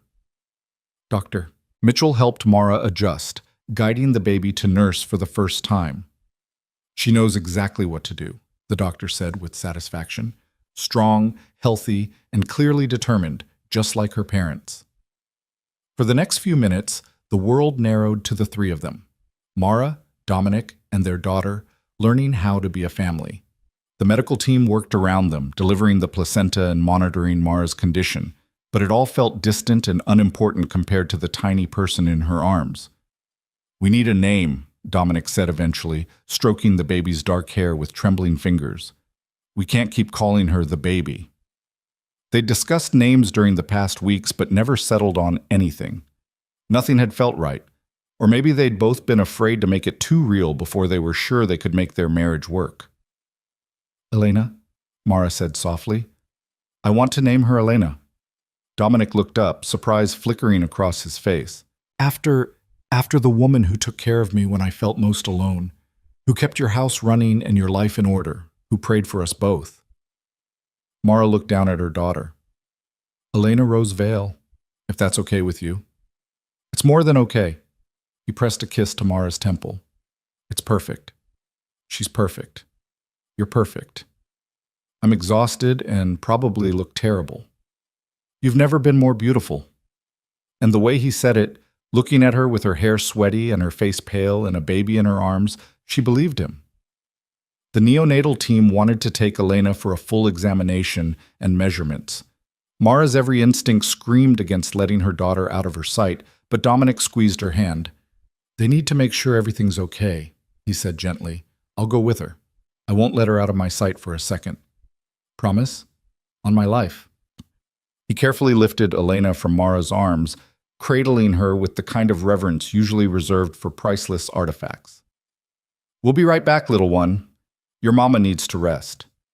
Mara watched them leave, Dominic walking beside the isolette where Elena lay, his hand through the opening to maintain contact with his daughter, and felt something inside her chest expand and settle at the same time. This was her family. This was what she'd been fighting for. Dr. Mitchell finished the post-delivery care and helped Mara get cleaned up and moved to a recovery room. "You did beautifully," she said. "Both of you are healthy, and that baby is a fighter. 34 weeks and breathing on her own. That's excellent. How long will she need to stay in the hospital?" "We'll monitor her for at least 48 hours. If she continues to eat well and maintain her body temperature, you might be able to take her home in 3 or 4 days." Dr. Mitchell made notes on her chart. "Get some rest. You've earned it. But rest felt impossible. Mara lay in the hospital bed, still feeling phantom kicks from a belly that was suddenly much smaller, waiting for Dominic to bring their daughter back. Every minute felt like an hour. When he finally returned, Elena was wrapped in a hospital blanket decorated with tiny stars, a pink cap on her head. Dominic carried her like she was made of glass, his expression one of absolute wonder. All her tests came back perfect, he said, carefully transferring Elena back to Mara's arms. They want to monitor her weight and feeding, but the pediatrician said she's incredibly healthy for being early. Strong lungs, good reflexes, already nursing like a champion. Elena had fallen asleep, her tiny face relaxed and peaceful. Mara counted her fingers and toes for the 100th time, still amazed that she and Dominic had created something so impossibly perfect. Marcus is outside with Elena, our Elena, Dominic said, settling into the chair beside the bed. She's crying and wants to come in, but I told her to wait until you're ready for visitors. She can come in. I want to show her the baby. Dominic opened the door and spoke quietly to someone outside. Moments later, Elena the elder entered, her face streaked with tears, her hands clasped together. "Oh, Mrs. Vale," she breathed, approaching the bed slowly. "Oh, she's beautiful." "We named her after you," Mara said, watching the housekeeper's face transform. "Elena Rose Vale. I hope that's okay." The older woman pressed her hands to her mouth, tears flowing freely now. You named her after me? Oh, my dear girl, I'm honored. So very honored." "You took care of both of us when we needed it most," Dominic said, his voice rough. "It seemed right." Elena Sr. reached out a hesitant hand, and Mara shifted the baby so she could see her tiny namesake's face. "Hello, little Elena. Welcome to the world, precious girl. You have no idea how loved you already are." The older woman stayed for only a few minutes before excusing herself to let Mara rest, but the joy on her face stayed with them long after she left. Over the next few hours, a steady stream of visitors came and went. Sarah arrived with flowers and tears, holding baby Elena with the kind of reverence that suggested she understood exactly how miraculous this moment was. Marcus stopped by to verify the security arrangements Dominic had made for the hospital room. Even Thomas, the driver, poked his head in to offer congratulations. But eventually, the visitors left and the hospital settled into nighttime quiet. Nurses came and went, checking Mara's vitals and helping with feedings. But mostly it was just the three of them in the dimly lit room. Dominic had pulled his chair close to the bed, close enough that he could watch both Mara and Elena with the kind of intensity that might have been overwhelming if it hadn't been so full of love. "I can't stop looking at her," he admitted. "I keep thinking if I look away, this will all turn out to be a dream." "I know the feeling." Mara adjusted Elena in her arms, marveling at how someone so small could feel so heavy with importance. "Everything I was afraid of, the pain, the complications, whether I could do this, none of it matters now. She's here and she's perfect. You were amazing. Watching you bring her into the world," he stopped, his voice catching. "I've never been more proud of anyone in my life. Even though she came early and scared us both half to death? Especially because of that. She's already proving she does things on her own timeline." He reached out, traced Elena's tiny ear with one finger. "She gets that from you." They sat in comfortable silence for a while, watching their daughter sleep. She made small sounds, squeaks and sighs that seemed impossibly loud coming from someone so tiny. Every movement, every breath felt like a miracle. "I've been thinking," Dominic said eventually, "about the 30 days, about the divorce papers you brought." Mara's heart clenched. "Dominic, let me finish." He took her free hand, laced their fingers together. "We're on day 23, 7 days left until our agreement ends. 7 days until you're supposed to decide whether to stay or go. I already told you I wanted to try, that I'd stopped counting. I know, but I need to say this." He met her eyes, his gray gaze steady and sure. "I don't want to wait 7 more days. I don't want you staying with me because of an agreement or because you think you owe me a chance. I want you to marry me again." Mara's breath caught. "We're already married." "Legally, yes. But that marriage was built on passion and attraction and not much else. We didn't really know each other. We didn't understand what we were committing to. He brought her hand to his lips, kissed her knuckles. I want to marry you again, Mara. I want to stand in front of everyone we love and promise to be the man you and Elena deserve. I want to build a marriage based on trust and honesty and choosing each other every single day. Tears spilled down Mara's cheeks. You're proposing to your own wife? I'm proposing to the mother of my child, to the woman who survived my worst and still came back, to the person who makes me want to be better than I ever thought I could be. His voice was thick with emotion. So yes, I'm proposing. Mara Whitmore Vale, will you marry me again? Will you let me spend the rest of my life proving that I can be the husband and father you both deserve? She looked down at Elena, sleeping peacefully in her arms, then back at Dominic. She thought about the past 23 days, watching him dismantle his empire, learning to cook breakfast, assembling furniture with determination, if not skill. She thought about the way he'd held her through labor, the tears on his face when Elena was born, the tenderness in his voice when he spoke to their daughter. This wasn't the man she'd married 2 years ago. This was someone better, someone who'd chosen to change, who'd proven he could put family above power, who'd shown her that love could be both fierce and gentle. Yes, she said, her voice breaking with joy. Yes, I'll marry you again. I'll choose you every day for the rest of our lives. Dominic's face transformed, relief and happiness, and love crashing together into an expression so open it took her breath away. He leaned forward carefully, mindful of the baby between them, and kissed her with a tenderness that felt like coming home. When they pulled apart, Elena had woken and was making small, fussy sounds. Dominic reached for her, and Mara transferred the baby to his arms, watching as he cradled their daughter against his chest. Hear that, little one? He murmured. Your mama said yes, which means you're stuck with me as your dad. I'm going to do my best by you, I promise. I'm going to teach you to be strong and kind and brave. I'm going to show you that real strength is choosing love over power, that family matters more than empire, that the best things in life are worth fighting for.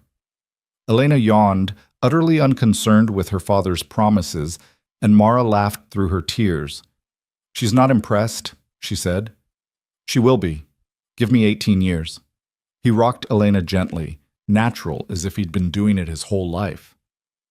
We're going to be okay, aren't we? The three of us? Better than okay. We're going to be happy. Over the next 3 days, they settled into the strange rhythm of new parenthood, learning Elena's cries, the hungry cry versus the tired cry versus the I just want to be held cry. Figuring out feeding schedules and diaper changes and how to function on 2 hours of sleep. Mara's body ached and healing was slower than she'd expected. But every time she looked at Elena, every time she watched Dominic cradle their daughter with such obvious love, it all felt worth it. Dr. Mitchell cleared them to go home on the 4th day. Elena had gained weight instead of losing it, was nursing well, and showed no signs of complications from being early. The pediatrician was optimistic about her development and scheduled a follow-up appointment for the next week. The ride home felt surreal. Elena slept in her car seat, tiny even in the infant-sized restraint. Dominic drove with exaggerated care, treating every bump like a potential catastrophe, until Mara finally told him to relax before they got rear-ended for going too slowly. The house had been transformed in their absence. Elena Sr. had clearly been working non-stop. The nursery was completely finished, every piece of furniture in place, soft blankets and tiny clothes organized with military precision. There were flowers throughout the house, meals prepared and frozen for easy heating, everything arranged to make their transition home as smooth as possible. She didn't have to do all this, Mara said, looking around with wonder. Try stopping her, Dominic said with a smile. She's been waiting her whole life to spoil a baby. Now she has one named after her? We don't stand a chance. Settling Elena into the nursery felt momentous. They'd imagined this moment so many times over the past weeks, but having it actually happen, placing their daughter in the crib Dominic had assembled, watching her sleep in the room they'd prepared together, made everything real in a way the hospital hadn't. She's really ours, Mara whispered, standing beside the crib with Dominic's arm around her waist. We really get to keep her. For the rest of our lives. He pressed a kiss to her temple. And we're going to do right by her. Both of us. That night, they took shifts with Elena's feedings. Dominic insisted Mara rest and brought the baby to her when she needed to nurse, then walked Elena back to sleep afterward with the kind of patience Mara had never seen in him before. Around 3 in the morning, she found him in the nursery, sitting in the rocking chair with Elena on his chest, both of them asleep. The sight made her heart clench.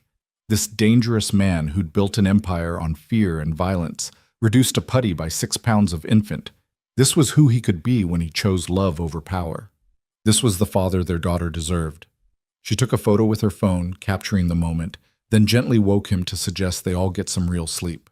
The weeks that followed were exhausting and beautiful in equal measure. Elena was a relatively easy baby. She slept in 3-hour stretches, fed well, and only cried when she had a legitimate reason. But even easy babies required constant attention, and Mara found herself operating in a fog of sleep deprivation and hormones and overwhelming love. Dominic threw himself into fatherhood with the same intensity he'd once applied to business. He learned to change diapers without flinching, mastered the art of the swaddle, and could soothe Elena's cries with a combination of rocking and humming that seemed to work like magic. He took night shifts without complaint and brought Mara food and water and anything she needed while she was nursing. He also continued dismantling the last pieces of his criminal empire. The final warehouse sold. The last offshore account closed. He met with lawyers to ensure everything was legal and clean and couldn't come back to haunt them. By the time Elena was 3 weeks old, Dominic Vale, the crime lord, had ceased to exist. What remained was just a man, a husband, a father, someone learning how to build a life based on love rather than power. "I don't miss it," he told Mara one evening while they watched Elena sleep in her bassinet beside their bed. "I thought I might. Thought I'd wake up one day and regret walking away from everything I'd built. But I don't. This is better, so much better." "No regrets?" Mara asked, needing to hear him say it. "None. Well, one, I regret that I didn't do this sooner, that I wasted time trying to be someone you couldn't love instead of becoming the person you deserved. I always loved you, Dominic. Even when I ran, even when I was terrified, I loved you. I know, and now I'm going to spend the rest of my life proving I'm worthy of that love." 2 months after Elena's birth, they planned the wedding. Not a grand affair like their first marriage, which had been more about spectacle than substance. This time, they wanted it intimate and meaningful, just close friends and family, in the garden of their home, celebrating a commitment they'd chosen rather than stumbled into. Sarah helped with the planning, bringing fabric swatches and flower samples to the house while cooing over Elena. Elena Sr. baked and fussed and cried happy tears at least 3 times a day. Even Marcus got involved, helping Dominic choose a suit and offering surprisingly good advice about wedding vows. The day of the wedding dawned clear and perfect. Mara stood in her bedroom looking at herself in the mirror and barely recognized the woman staring back. She'd chosen a simple dress in soft ivory, nothing like the elaborate gown she'd worn the first time. Her hair was loose around her shoulders. She wore minimal makeup, but she'd never felt more beautiful. A soft knock sounded, and Sarah poked her head in. "Ready?" "More than ready." Downstairs, chairs had been arranged in the garden, facing an arbor covered in white roses. The guest list was tiny, maybe 20 people total, but each one mattered. Elena Sr. sat in the front row, holding baby Elena, who was dressed in the most elaborate christening gown money could buy. Marcus stood beside Dominic as best man, looking uncomfortable in his suit but pleased to be included. And Dominic, he stood beneath the arbor in a dark suit, his eyes tracking Mara's approach with an intensity that stole her breath. When she reached him, he took her hands and she could feel them trembling slightly. The officiant they'd chosen was a simple courthouse judge who'd agreed to do the ceremony in their garden. She spoke briefly about love and commitment and the importance of choosing each other every day, but Mara barely heard the words. She was too focused on Dominic's face, on the tears she could see gathering in his eyes, on the way he looked at her like she was his entire world. When it came time for vows, Dominic cleared his throat and began to speak. "Mara, the first time we got married, I promised you forever without understanding what that meant. I thought love was passion and possession, that keeping you close meant keeping you safe. I was wrong about so much. His voice was steady despite the emotion there. Today, I promise you something different. I promise to choose you every single day, even when it's hard. I promise to be honest, even when the truth is uncomfortable. I promise to be the kind of father our daughter deserves and the kind of husband you've always needed. I promise that I will never stop working to be worthy of your love. Mara's turn came, and her voice shook as she spoke the words she'd written in the quiet moments between feedings and diaper changes. Dominic, you've shown me what it means to truly change. You've proven that people can choose to be better than their pasts, that love is powerful enough to transform even the hardest hearts. I promise to trust in that change, to build a future with you based on honesty and partnership. I promise to be your partner in all things, to choose you every day just as you choose me. And I promise to show our daughter that real love, the kind worth having, requires both people to be brave enough to be vulnerable. The judge pronounced them married again, and when Dominic kissed her, it felt like both a beginning and a homecoming. Their guests applauded, and baby Elena chose that moment to let out a wail of protest that made everyone laugh. The reception was simple: food and wine, music and conversation, Elena being passed from guest to guest, while Mara and Dominic circulated together, his hand never leaving the small of her back. They cut a cake that Elena Sr. had baked, danced to a song that meant something only to them, and watched the sun set over the garden where they'd promised each other forever for the second time. Later, after the guests had left and the house had settled into quiet, they stood in Elena's nursery watching their daughter sleep. She'd grown so much in just 2 months, her face filling out, her features becoming more defined, her personality starting to emerge. She was curious and determined, easy to smile and quick to voice her displeasure, and already had both her parents wrapped around her tiny fingers. "We did it," Mara said softly. "We actually made it work." "We're still making it work," Dominic corrected. "Every day. But, yeah, we're doing it together." He pulled her closer, pressed a kiss to her hair. "Thank you for coming back, for giving us another chance, for believing I could change. Thank you for changing, for choosing us over everything else." She leaned into him, watching their daughter's chest rise and fall with each breath. "I love you, Dominic Vale. Both versions of you, the one I married and the one you became. I love you too, more than I have words for." Elena stirred in her sleep, one tiny fist escaping her swaddle to wave in the air. Without waking, she settled again, completely secure in the knowledge that she was safe and loved and wanted, just like her parents had finally learned to be.